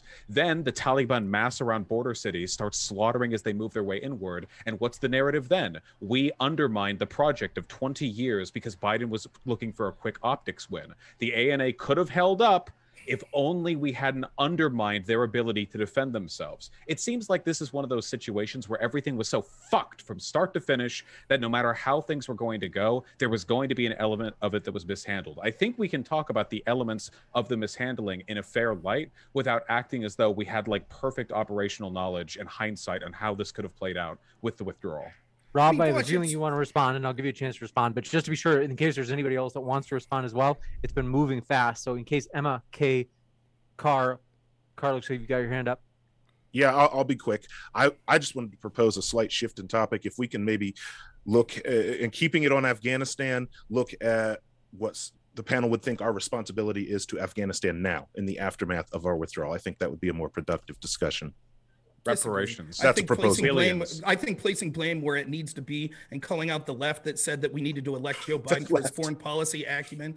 Yeah, okay, Democrats, if that makes you better. That said we needed to elect Biden for his foreign policy acumen is something that we should do. We could talk about that in a second, but even still, it was an impressive bit of sophistry that Vaush used to deflect. But even if all of that's true, we could see how it wouldn't play out in the reality that he's suggesting. For example, we see that the Taliban understood that the ANA was so weak that they were able to totally take over the country in 11 days.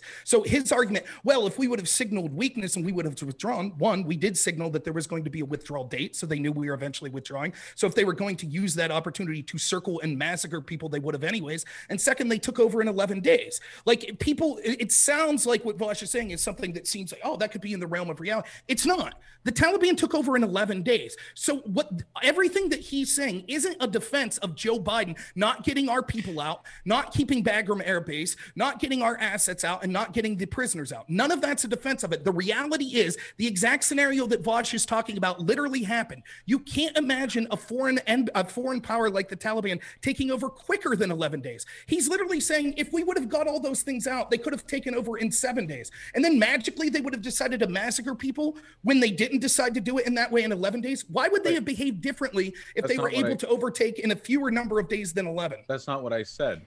I said that it could have been that way, not that it would have been that way. It's okay, so it's not a defense of Biden's actions then? No, saying hypothetically this could have happened, but I have no reasons why it would have been different. No, it's an indication. I get there's tension between you guys, but I think Kay actually, I would like to, hear what she has to say. So thanks, moderator Stardust. Real good contribution there. Well, I'm just saying, I'm getting tired of I'm tired of the two of you having so much tension between you. I hadn't noticed that. Gentlemanly values that I knew you for. Look, all I'll say is, and I think I think Kay wanted to talk. Kay, what are you at?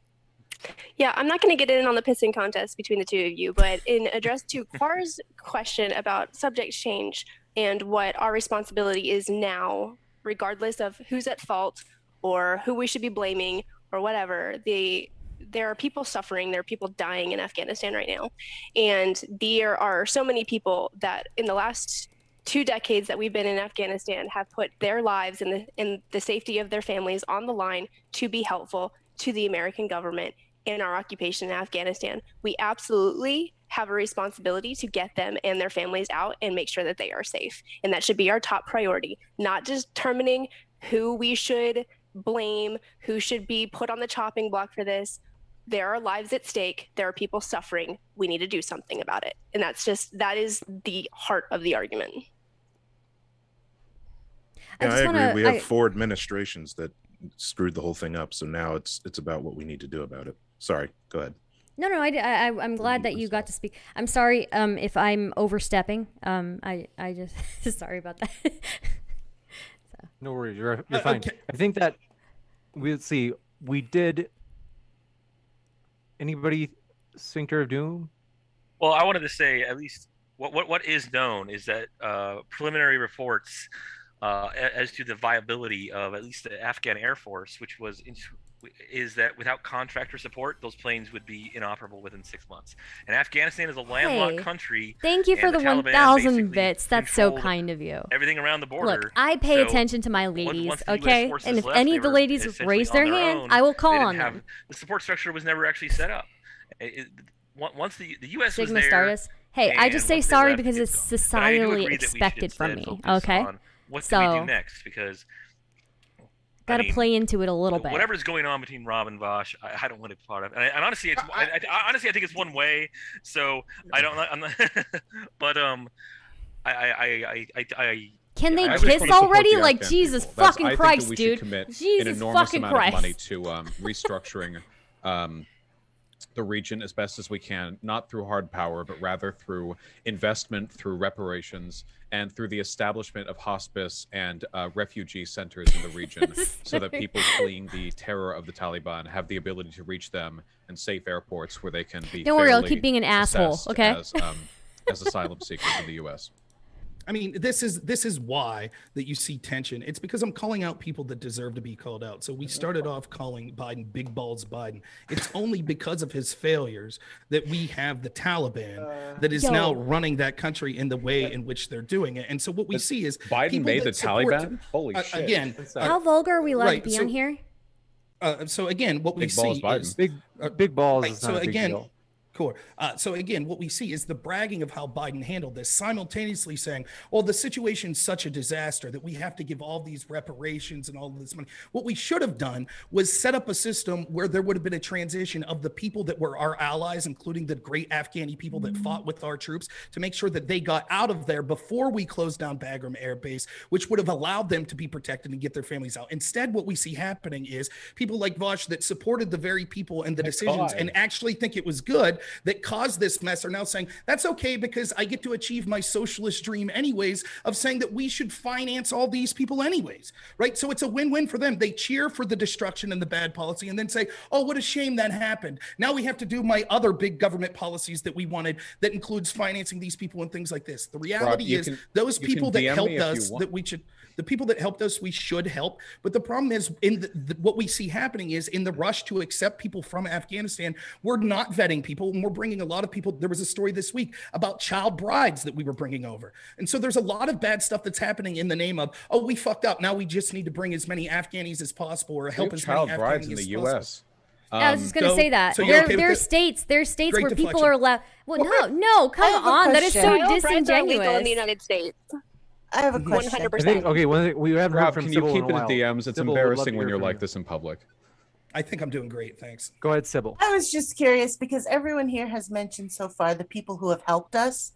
Do we feel that we have any responsibility to everyone else in the country that may be fearing right now or maybe, wanting to leave because of the new rulers? I believe we do have a Everyone here has just responsibility. mentioned, Yeah, huge one. Trillions of definitely- dollars worth of responsibility. After all the Four damage we did. administrations went Hello, into Kobe. fucking up Welcome the to the landscape stream. of that country. I'm here fucking shit up. And when we started with Bush, it was fucking shock and awe, and we were literally leveling goddamn cities.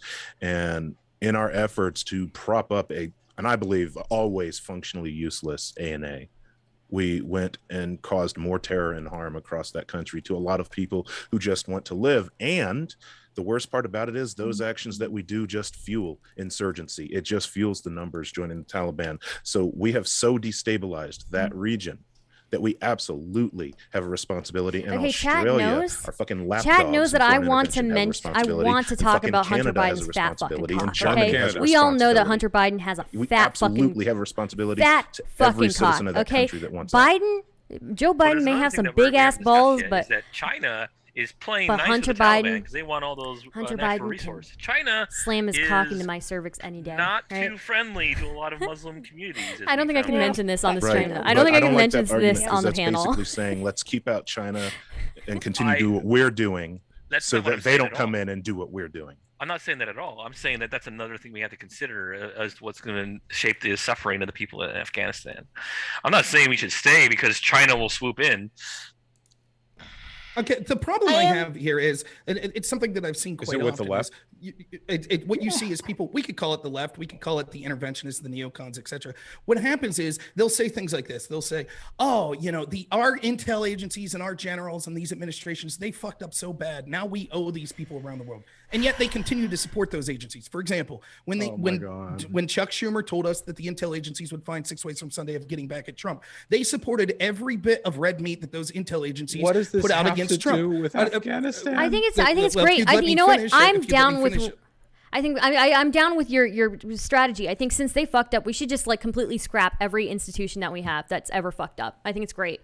We should just do that. What I think's funny is it's constant. What you see is people that constantly support the very people that are fucking it up, and then say, "Oh, now that they fucked it up, now we owe something."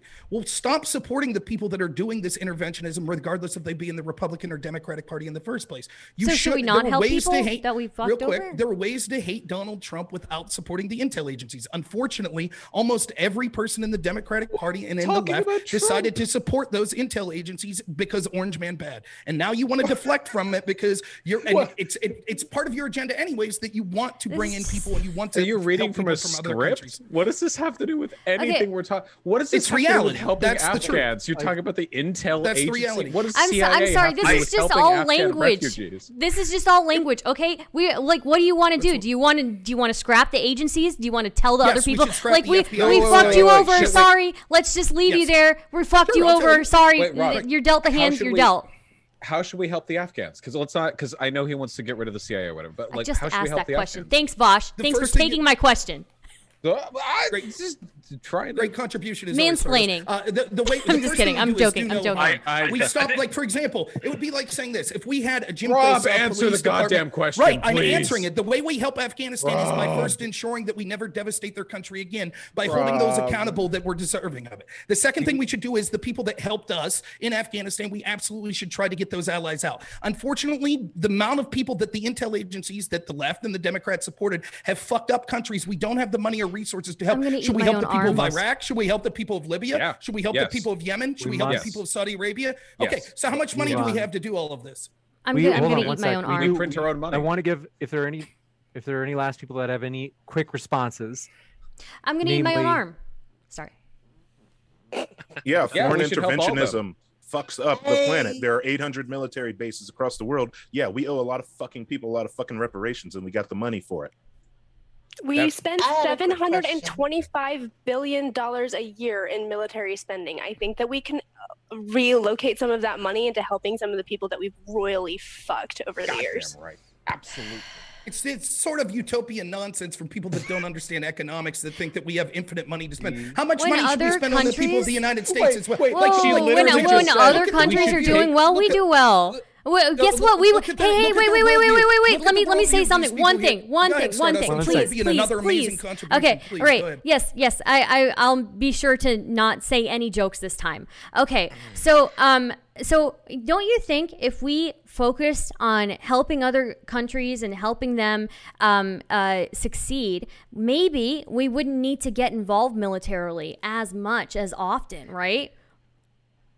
The goal of the United States government is to work first and foremost for the people of the citizens of this country. There is so much money and but that helps the citizens of this country. Excuse me. You asked me a question, now I'm answering. So there is so much money that our government could spend. Oh, so you just talk over everybody for the entirety of this and then and then get upset. Question and then I answer. I'm exactly answering the question. Right, that's exactly what I'm doing is answering. So the role of the government and the money they have would be to benefit the people of the United States first and foremost. The insanity of people saying we will continue to support the very agencies that destabilize the world, but then say, oh, now we have to pay for the world is insane. And almost all of you, I guarantee, supported those intel agencies when they were declaring war on Donald Trump. I do really quickly before anyone else, I just want to appreciate the irony that Kay over there said, we spend a lot on this, so we should put that money towards Y. And Rob's response was, I can't believe the left believes there's literally infinite money spent. Like literally, like X to Y. What, like you? Okay, look, if I have hold on, one second. Rob, folks, if I do want to hear from Sybil. If I have 5 apples and I give you 2, how many apples are there in total? Well, I do want to hear from Sybil. We haven't heard from Sybil a lot. Shut up. I just wanted to ask a quick question that I haven't heard a whole lot of people talk about when they do discuss Afghanistan. Somebody just mentioned that China is ponying up to the Taliban and treating them nicely. How do we, going forward, handle our relationship with the Taliban now that they're in charge? Good question. I don't know. I can answer that. So our relationship with the Taliban doesn't need to be direct at all. The first thing we do is stop creating the conditions that fuels insurgencies. Chaos and instability fuels insurgencies. Every time one of our fucking bombs kills a child or civilian, the Taliban is right there to put a rifle in the hand of the crying parents and tell them it's time to even the score. So we need to stop creating insurgents in these unstable regions to begin with. Secondly, if you fuel and build up the material conditions of the people who aren't in the Taliban, it makes them less likely to seek out strongmen and warlords of ultra-conservative fucking terrorist organizations that are trying to take the country. If you help them build mutual support and aid networks and dual power structures within their communities, they have the ability to fight back at a community level against the Taliban so that you don't have an organization like that holding the whole fucking border. That's what we do. We don't need to address China directly. We don't need to address the Taliban directly. We need to provide the material resources to empower the actual people of Afghanistan to fight back against these forces domestically. Okay, 2 things on that. One, I kept it fast. What Carr said initially was exactly what I was saying, which everyone was saying. Well, we can't focus on that. We should stop the interventionism and stop supporting the agencies that do the interventionism. That's literally what Carr just said. As far as giving the assets and the money, I'll answer Vaush's Apple idea when it comes to this. The problem is when you start to do all of the programs that the left-wing people on this panel would want. Okay, there would be 5 apples. Now let's take the analogy further, right? Like, so the analogy would be this. You're saying we don't just help Afghanistan, we help these poor countries around the world to make sure they don't have straw men. That would be what, 125 countries? So now we take those 5 apples and we're giving them to 125 countries. But plus we want to give Medicare to all for everyone in this country. Plus we want working to be a choice. We want to pay people that don't want to work, right? So now all of a sudden those apples, no one's really getting irrelevant here. We're getting really irrelevant here. Okay, let's take away the healthcare for all and stuff. Nobody brought that up. Car, real quick, fine, we'll take that out. Car, do you agree that we should be giving this money and these assets to destabilize countries around the world? Let's prioritize the countries we destabilized. Okay, how many is that? Okay, so hey, just so we know, Afghanistan, Iraq, and Syria are the most obvious immediate. We're discussing the Middle East. Iran? To address you directly in response to your question, I'm talking about Afghanistan and the Middle East. I absolutely believe we should be providing resources. Sometimes that can take the form of cash. Sometimes that can take the form of food. Sometimes that can take the form of infrastructure done through local good faith NGOs in the region. All right. But what we're doing is providing for material resources and needs of the people. It doesn't work like that. Because one, there would be not enough resources to go around to do that and all the domestic agenda. We print the fucking money. We print the money, Rob. That's not how it works. You don't money. We do it every year, except we give it to Raytheon. Here we are. We do have to. Just to make sure that we hear the response, Rob. So one, just printing the money wouldn't work. I don't even need to get into why that's nonsensical, but you can see how people think that that's a good idea. The other thing is a lot of times when we give money in the form of NGOs and other aid to these countries, what happens is it goes into the coffers of the very wealthy. So we can see that historically the intel agencies have been sending money to poor African countries, Middle East countries, which end up going into the arms of strongmen that then use that money to facilitate their strength, which they then, like in Afghanistan, the warlords before the United States came in, forced farmers to grow opium and things like that, and that was a lot of aid that was going into Afghanistan that helped lead to that. So we could do better, right? Just keep printing, right? We do it every year. That's on my point. That every year we print money and give it to defense contractors. We give it to Raytheon, BAE Systems, Lockheed Martin, Boeing. I'm saying we take some of that shit that we print money to do every single year and actually do some fucking good in the region. So there's a number of problems, and on both sides, I just want to touch on bits and pieces of it. So, one, we shouldn't be debasing our currency to enrich defense contractors to destabilize these regions. So we also should be reducing our defense spending. A lot of it is so guys, just so you know, I don't know shit about fuck when it comes to foreign policy. Okay, all I know is that this Rob guy keeps going on. Dude, when the fuck is he gonna shut up? Oh my god, it's him and Vaush, and the sexual tension is next level. It is next level. Resources were wasted, and further debasing the currency will only make I don't know shit about fuck, dude. I can't end anybody on a foreign policy discussion. Okay, what I can millions and billions of dollars were donated. Tell them very that few homes were actually built to help them. So just because we're sending resources that way, I talked to him once before. How much control do we actually have? You'll recall I said working with local good faith NGOs. The reason why the Red Cross fails in Haiti is because it's a massive international organization directly pumping cash. No, because I want to yell at you guys because fuck you guys, fuck chat, okay? And fuck everybody, okay? And political system. The money would be best in the hands of local communities, churches, and groups who know the exact needs of the country instead of just going to corrupt leaders. Not that simple. I agree it's not that simple, but I also take your point. Like I agree with there as well. The issue is what kind of structure will we have for accountability in that regard? I agree local communities are much more likely to be able to make more use of the resources that they are given to facilitate the needs. I will answer your question. Sorry. I just want to let you know I will answer it. Okay.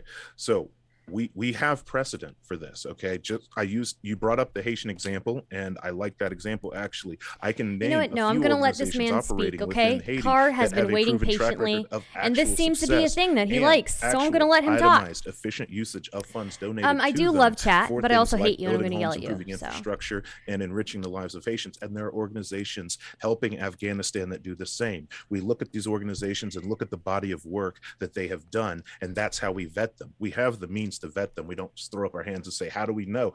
We know. We have people who investigate these things. We have auditors, we have lawyers, we have attorneys, we have accountants. Why didn't we use them? Investigators. Because we were fueling a military industrial complex.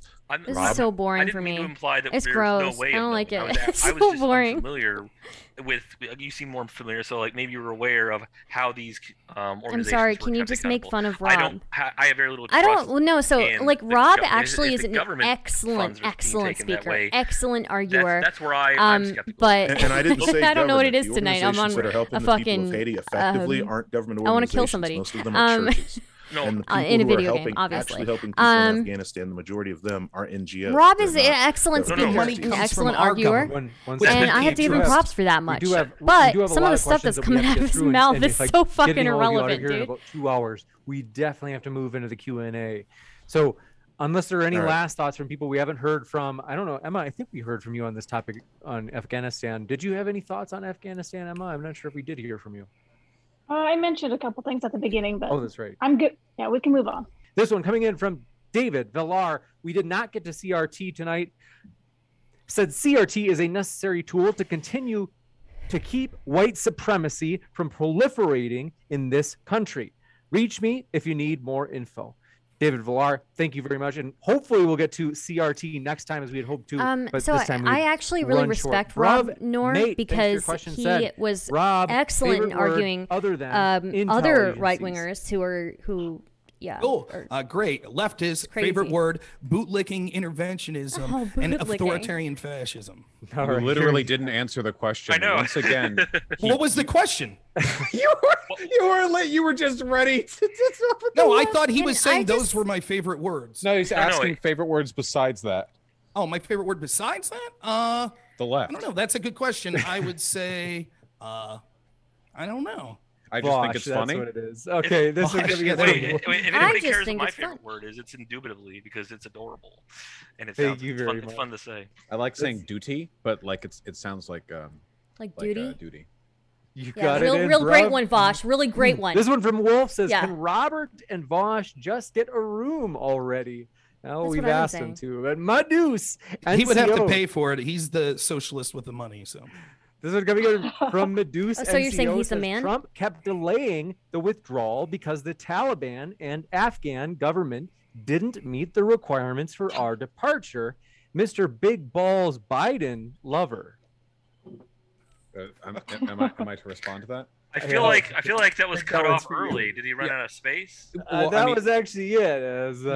You can kick the can down the road forever if you want to play that game. If you set like conditions, how long have I been muted? And then say you're not going to withdraw until those conditions. Oh, I didn't realize I was muted. Withdrawal dates, but then he kept not doing it because you could justify anything with that. The argument would be how legitimate were those conditions and to what extent were they employed in good faith. And considering how often he played this juggling game with the date for withdrawal,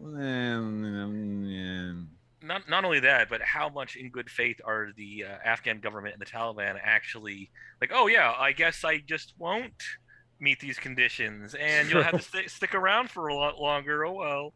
Yeah, why would the ANA want us to leave, right? I mean, Christ, we were, keeping the walls. Yeah, and conditions was the justification for staying there that long. You got it in this question. Coming in from, do appreciate it. The 99 Da says, Vaush, will you debate Rob? Didn't I?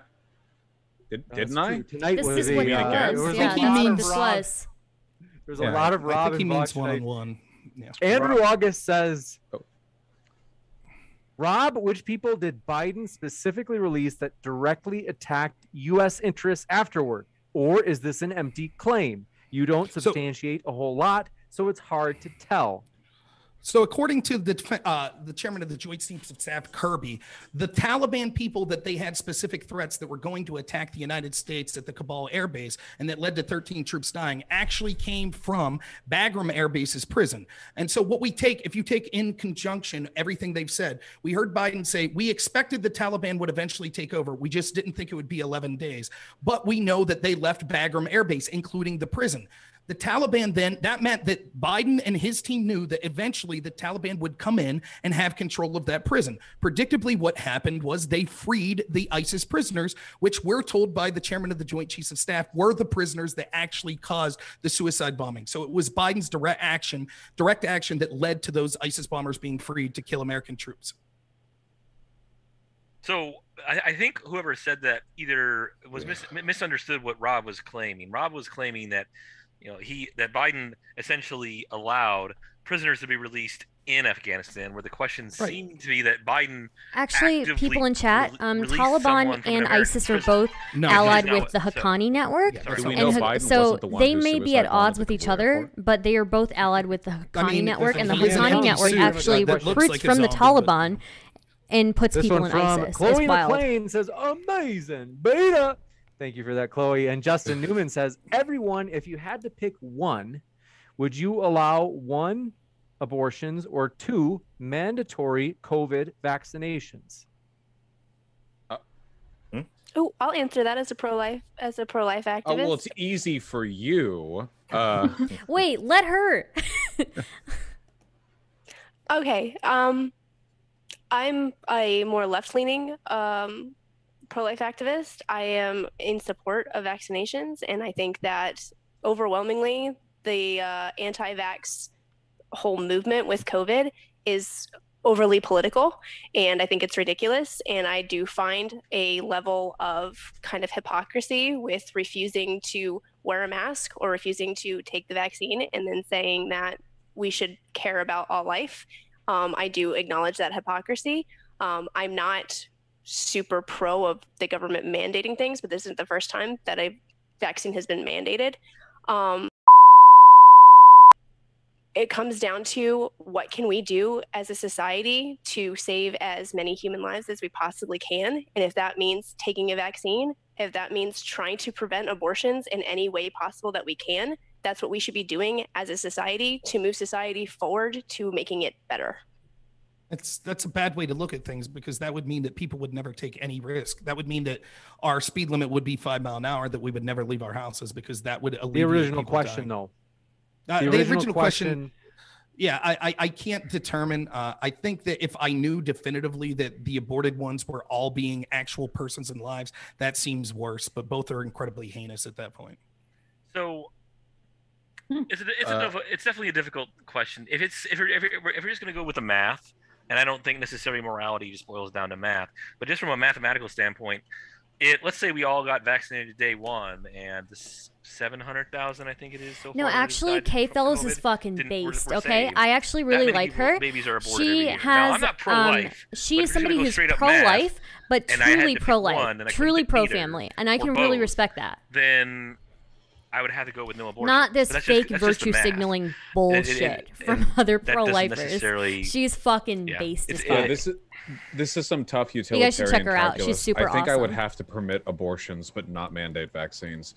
It's rough because I want to also mandate vaccines, but I think the total amount of social harm done by outlawing abortion might be greater than whatever harm would be done by us. She was pro mandating vaccines. She's fucking based. That's a really tough one, though. Okay. It's a hard question.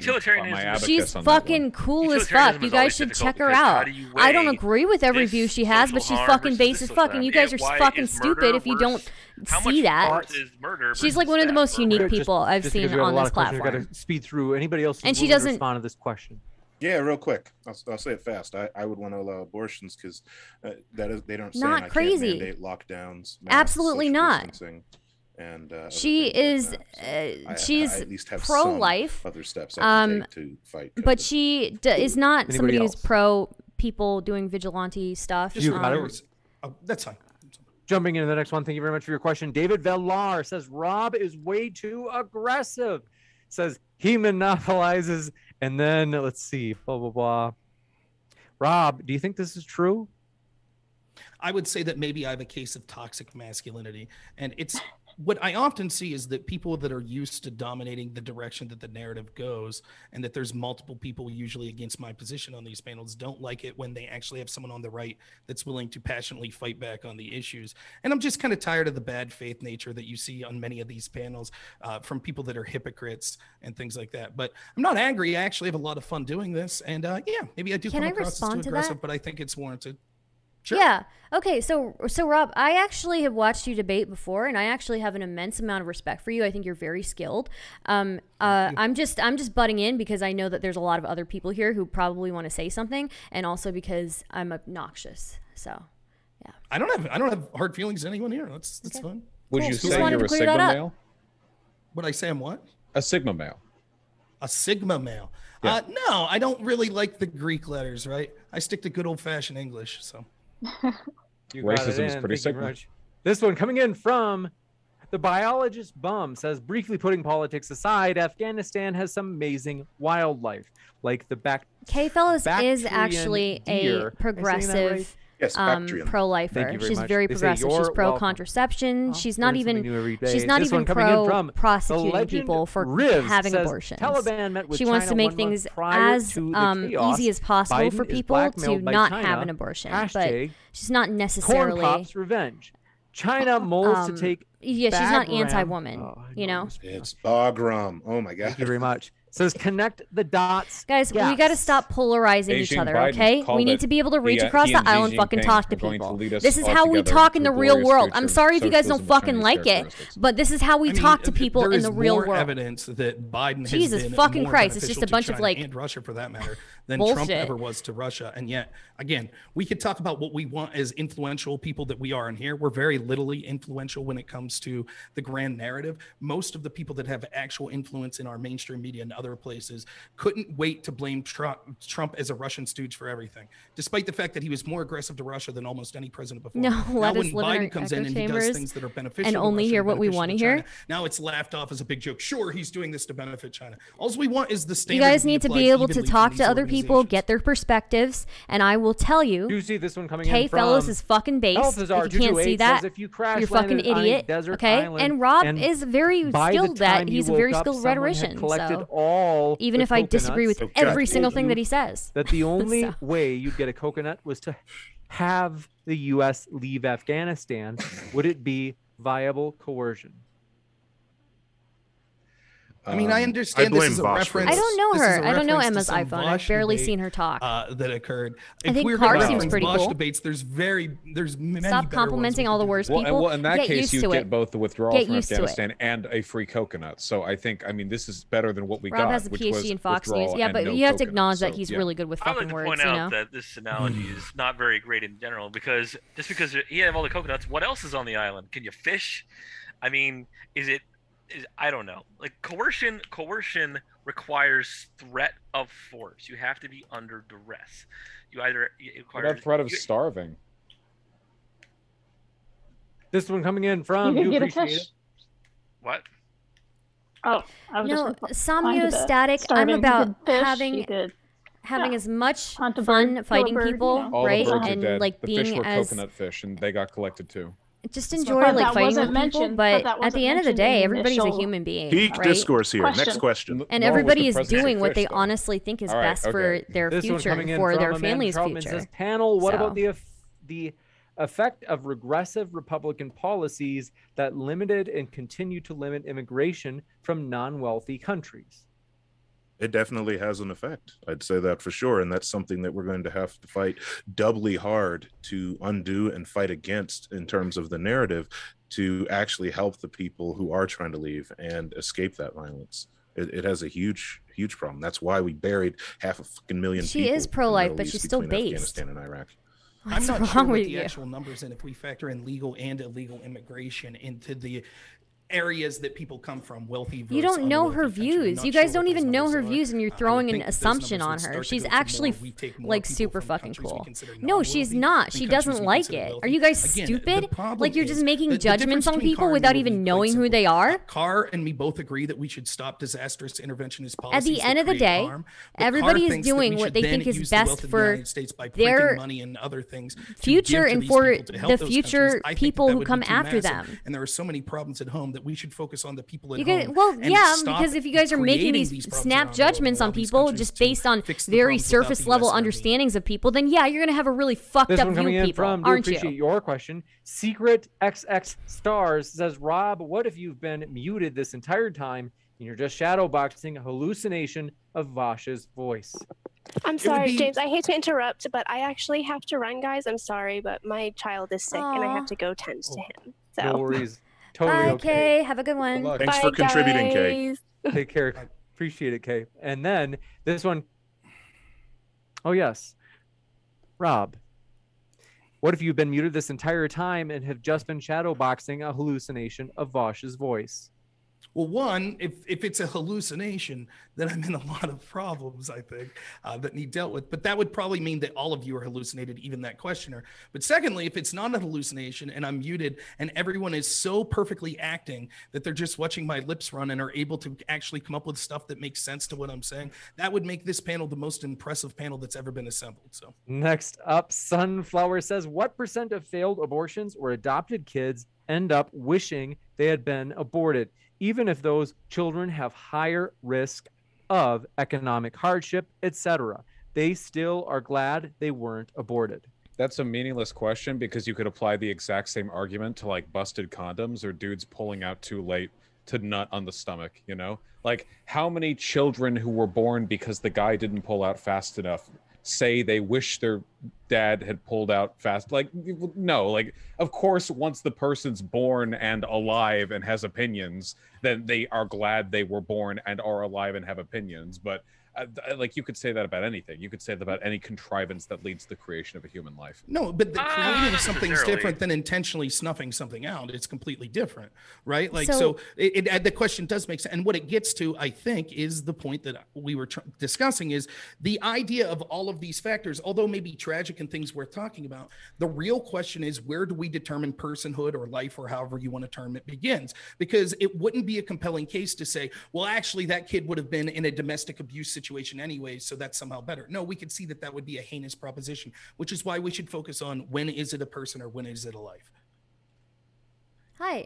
So if I can contribute, it is not about saying that because they are in a situation where they're exposed to violence in their home that they're better off dead. I'm not saying that. What I'm saying is the net harm to society of all of these children collectively being exposed to violence in their home is probably going to be pretty fucking bad, right? And also, what about all the children, again, sperm that fertilizes eggs, and those eggs don't implant in people's in people's wombs? Like, what about that? I'm sure maybe if they had been implanted and they grew up and they hadn't been washed out, then yeah, they would have said the same exact thing. I mean, why are we not focusing on preventing miscarriages when that's like one of the main ways that people lose children?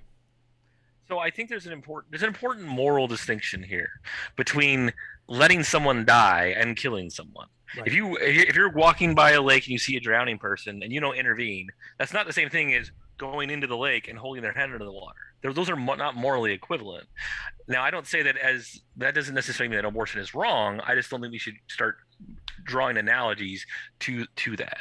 So, well, the only point that I'm making is the argument that who says that they wish they had been aborted isn't really valid, because you can make that argument for people who didn't have a kid at any stage prior. Like that, there's nothing about that argument that's dependent on post-fertilization of the egg. It's equally applicable to anything. Like, no one's ever said, I wish my mom had swallowed me. You know, like that doesn't, I don't think it's a good argument.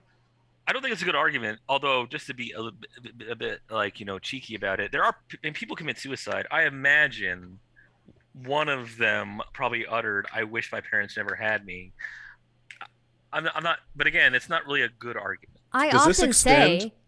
Oh, go ahead. No, you go ahead. No, you I've been shouting over people. So I've spoken way more than you, so you go first. I just wanted to say,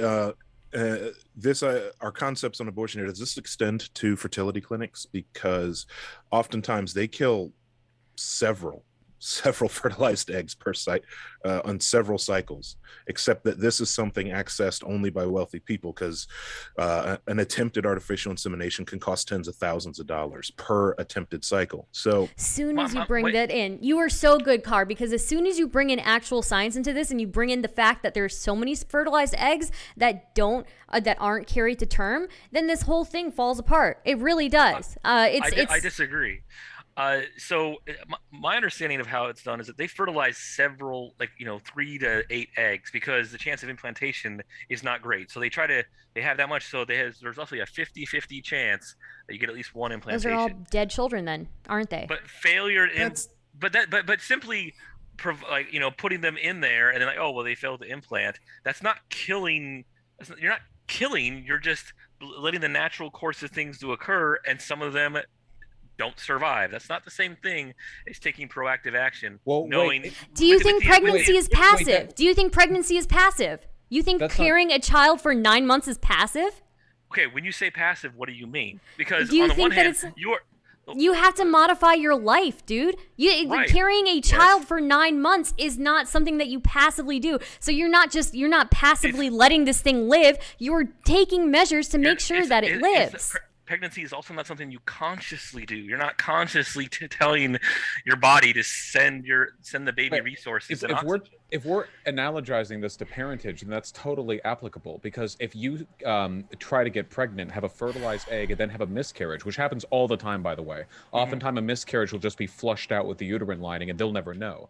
Then that would be then that would be tantamount to negligent homicide. That's something that you facilitate because there are things that you can do to decrease or increase the likelihood of a miscarriage. If you have kind of like a not great womb, like chances for you like having a child aren't great. Is you attempting to get impregnated essentially the same as you throwing children into a meat grinder in the hopes that one of them will succeed? The logical extension of that thought is that the only women who should be able to reproduce are women at the absolute peak of physical athleticism. So they have the highest likelihood. I mean, we take all the cares in the world for living children. If we're assigning that moral worth to fertilized eggs, then we should only be allowing women who have incredibly high vitamin content, who are very strong, who are very likely to produce the strongest children to actually go through with it. I have a question. I have a question. It's a deflection. The point is, actively seeking to end something's life is completely different than trying to create life. Negligent homicide is a thing. It is still homicide.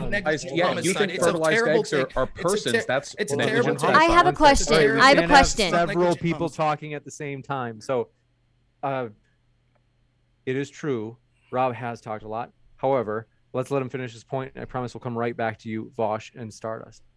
No, I basically made my point's just quite simply that the idea of negligent homicide, it's not the same thing. Actively seeking to kill something is different than trying to create something knowing that there's a chance that creation won't come to full term. It is a completely different thing. If it leads to the death of a child. It's not a matter of legality as we talked about. Can I just ask one question?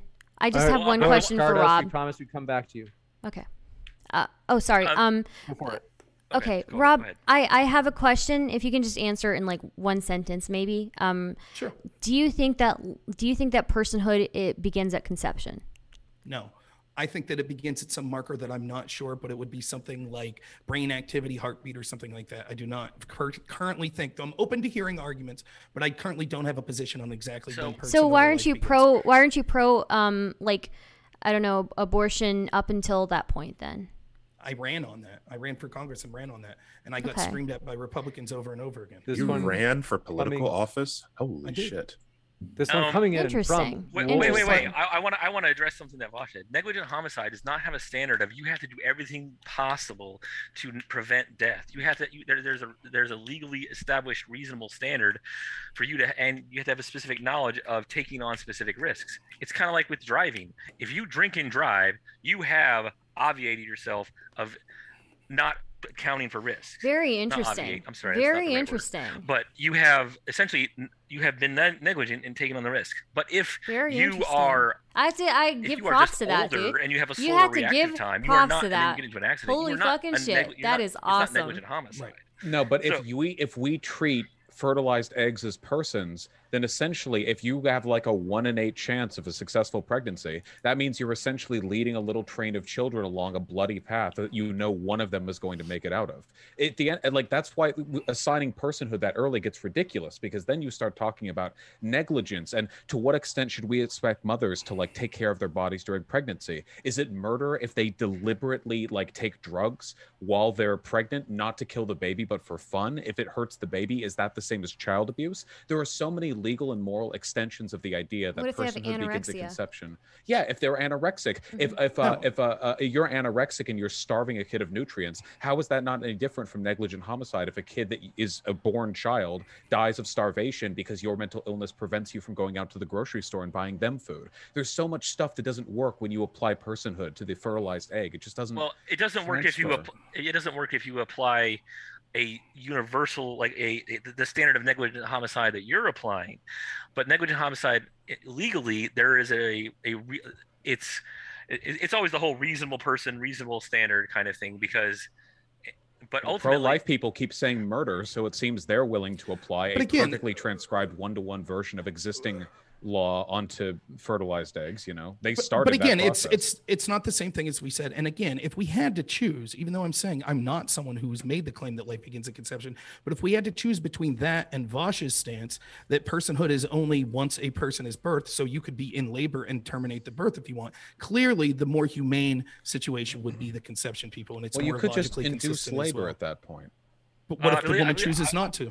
I think do have that choice. Stardust had a question. I do have another question. I'm curious now for Rob, because I found that super interesting. At what point would you say is a good point to stop people from having abortions? I'm just curious. Sure. So again, I don't know exactly. I will admit my ignorance in not being someone that is a medical professional. I think that we need to have a philosophical conversation of what a good benchmark would be. Possible benchmarks could be heartbeat, could be some sort of measurable brain activity, could be something like viability, the point where if a baby would be taken outside of the womb, that it could be a viable person at that point with medical intervention. You don't have a personal preference at all? Or? I would like to hear this argued out by professional medical people that are talking about when they feel that life begins. So what benchmark you arrive at is a philosophical question. What those benchmarks are measured at would be a medical question. So viability, 21 weeks, I believe it is. You get cardiac activity at 6 weeks. It's not a heart yet, but it is cardiac tissue. The first, so the ability to feel pain, it's actually kind of unknown when fetuses can feel pain, although the nerves responsible for pain, at least in the head with the trigeminal nerve, it starts developing at 8 weeks. Hey, thank you guys for the gifted subs. Let me read these off. The question is, are those benchmarks the relevant ones? Oh my gosh, Decoy Octopus, thank you for the gifted subs. 25 gifted subs. Thank you so much. So, thank you, Yeet Skeet, my dude, for the subscribe. Thank you so much. Thank you, Willionaire, for the 5 gifted subs. So kind of you. Why those viable benchmarks should be considered.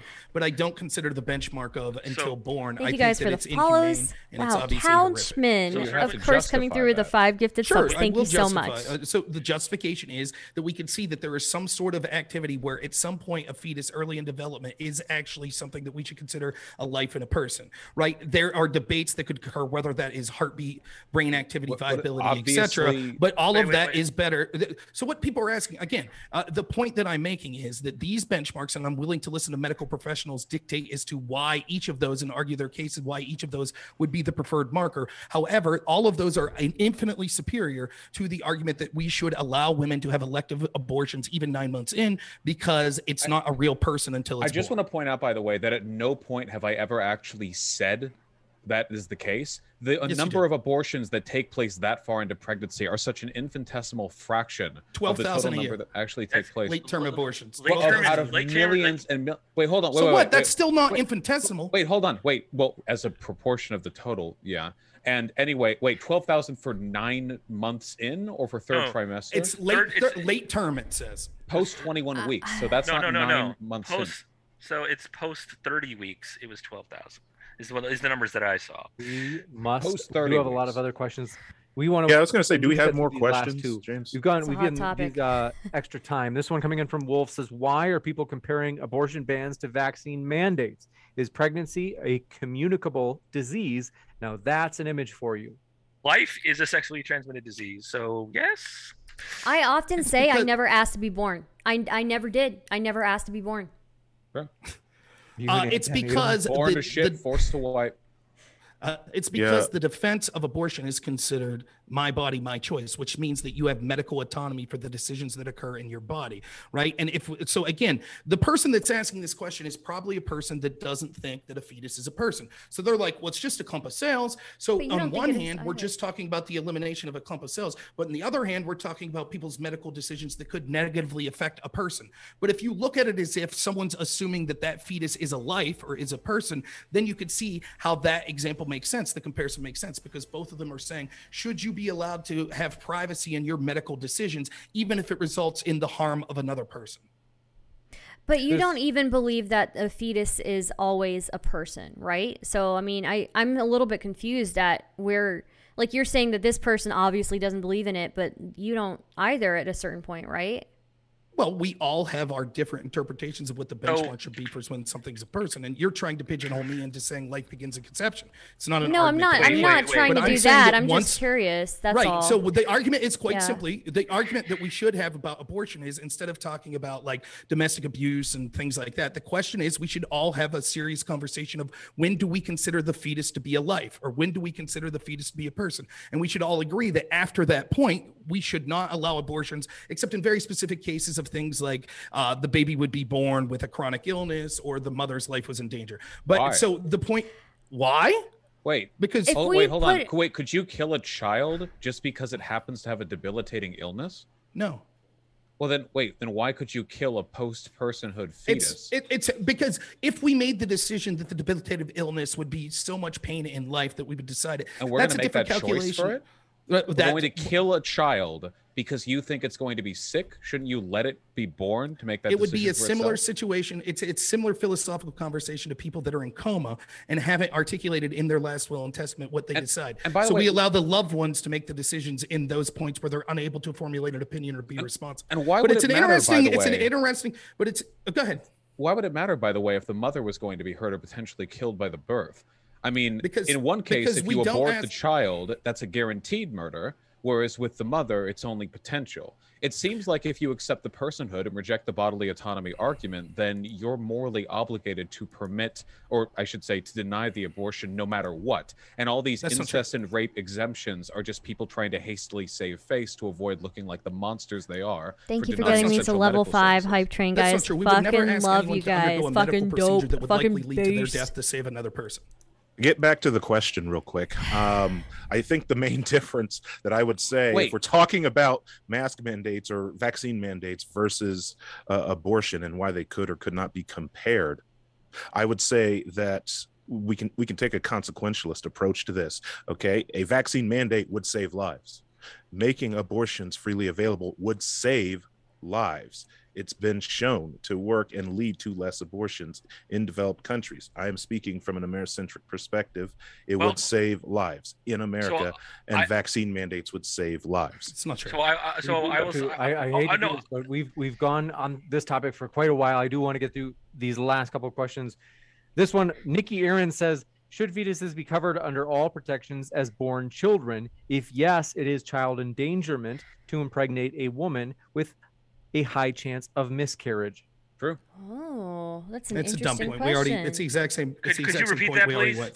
Could you repeat that, please? I want to make sure. Like, it may be the same point. I just want to make sure I heard it correctly. It's the same. They said, should fetuses be covered under all protections as born children? If yes, it is child endangerment to impregnate a woman with a high chance of miscarriage. It's the same point we argued. It's not. I think it's interesting. Okay, so driving, you're more likely to get injured if you're riding on a motorcycle in an accident than a automobile. Does that mean your insurance rates are higher, but you're not endangering people more?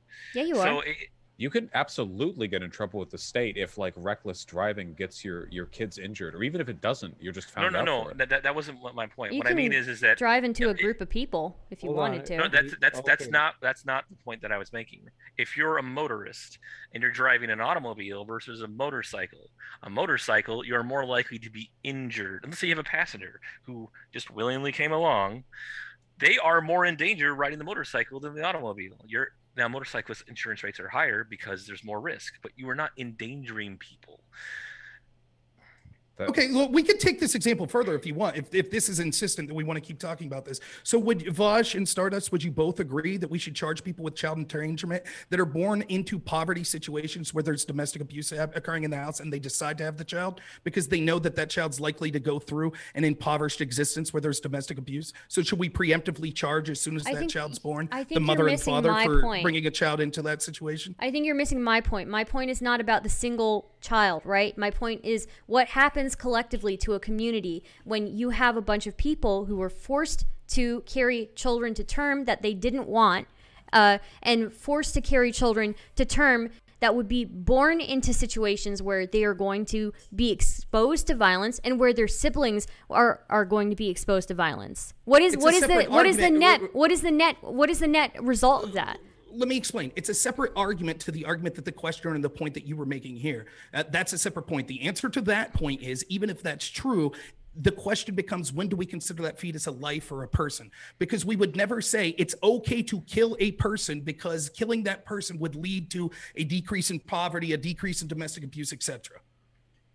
But that's separate to the point this questioner is asking, and the argument that you and Vaush are making, that's, if you know that you're likely to not be able to carry please don't associate my view. I know that it's easy to do that, but with him, I don't think that it's unreasonable. He sees hazy after images of me every time he looks anywhere else. Like sure, if you're agreeing, if you two are agreeing in the position, I don't even know what his position is. I don't know what the basis of his position is. Don't, to be honest. I don't. I honestly don't. I don't watch his content, dude. We do have to move to the next one. This one coming in from Daniel D says, Rob, regarding your withdrawal from Afghanistan, do you believe that General Alden's plan could have reduced loss of life? Yeah, it could have. But I will be honest, when it comes to the actual specifics, it doesn't. I love the apologism for Biden. Again, I remind you that my biggest criticism becomes to the propagandists and all of the regimes and all of the parties, including Republicans and Democrats. Rob, do you have a response that isn't just repeating the same thing you've been saying? Yeah, if you let me finish, maybe I'll get to it. So that's the biggest criticism I have with those institutions. I blame you. Those institutions.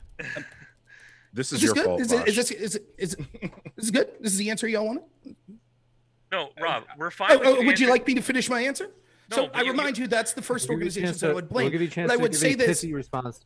Okay, so the answer is that the apologism for Biden says things like, well, we don't know what he could have done better. It is quite simple, and I don't know who exactly the generals would have been under Trump that had this plan, but it is quite simple that we shouldn't have let go of Bagram Air Base until we got our assets, including people and military assets, and the prisoners that we didn't want to escape gone. That's common sense. Everyone understands it. So the question was, what do you think General Alden's plan would have saved lives?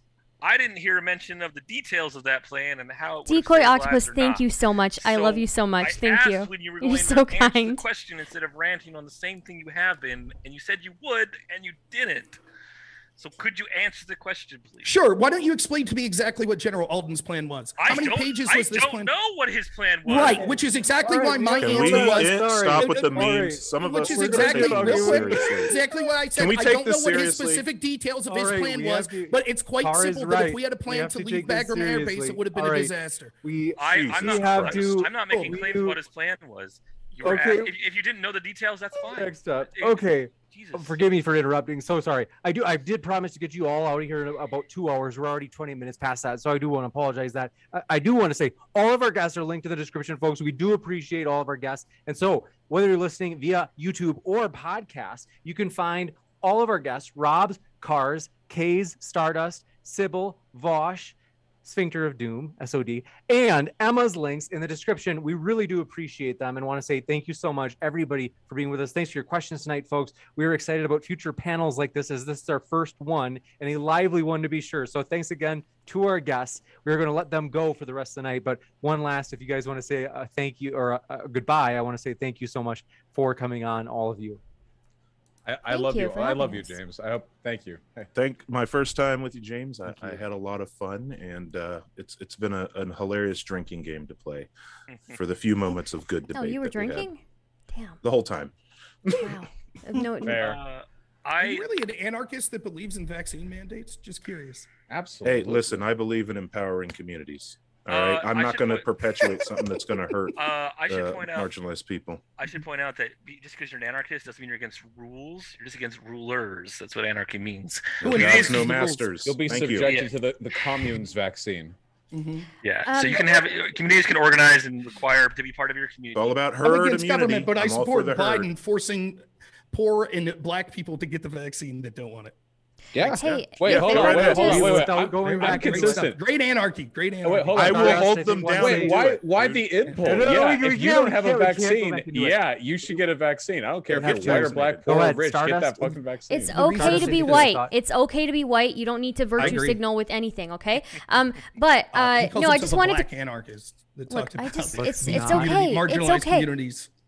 Look, I'm okay. All right. I just wanted to clarify, obviously, I had a really great time. I have a lot of respect for everybody on the panel. And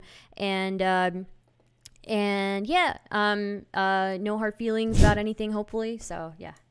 And also fuck all you guys. Sorry. Yeah.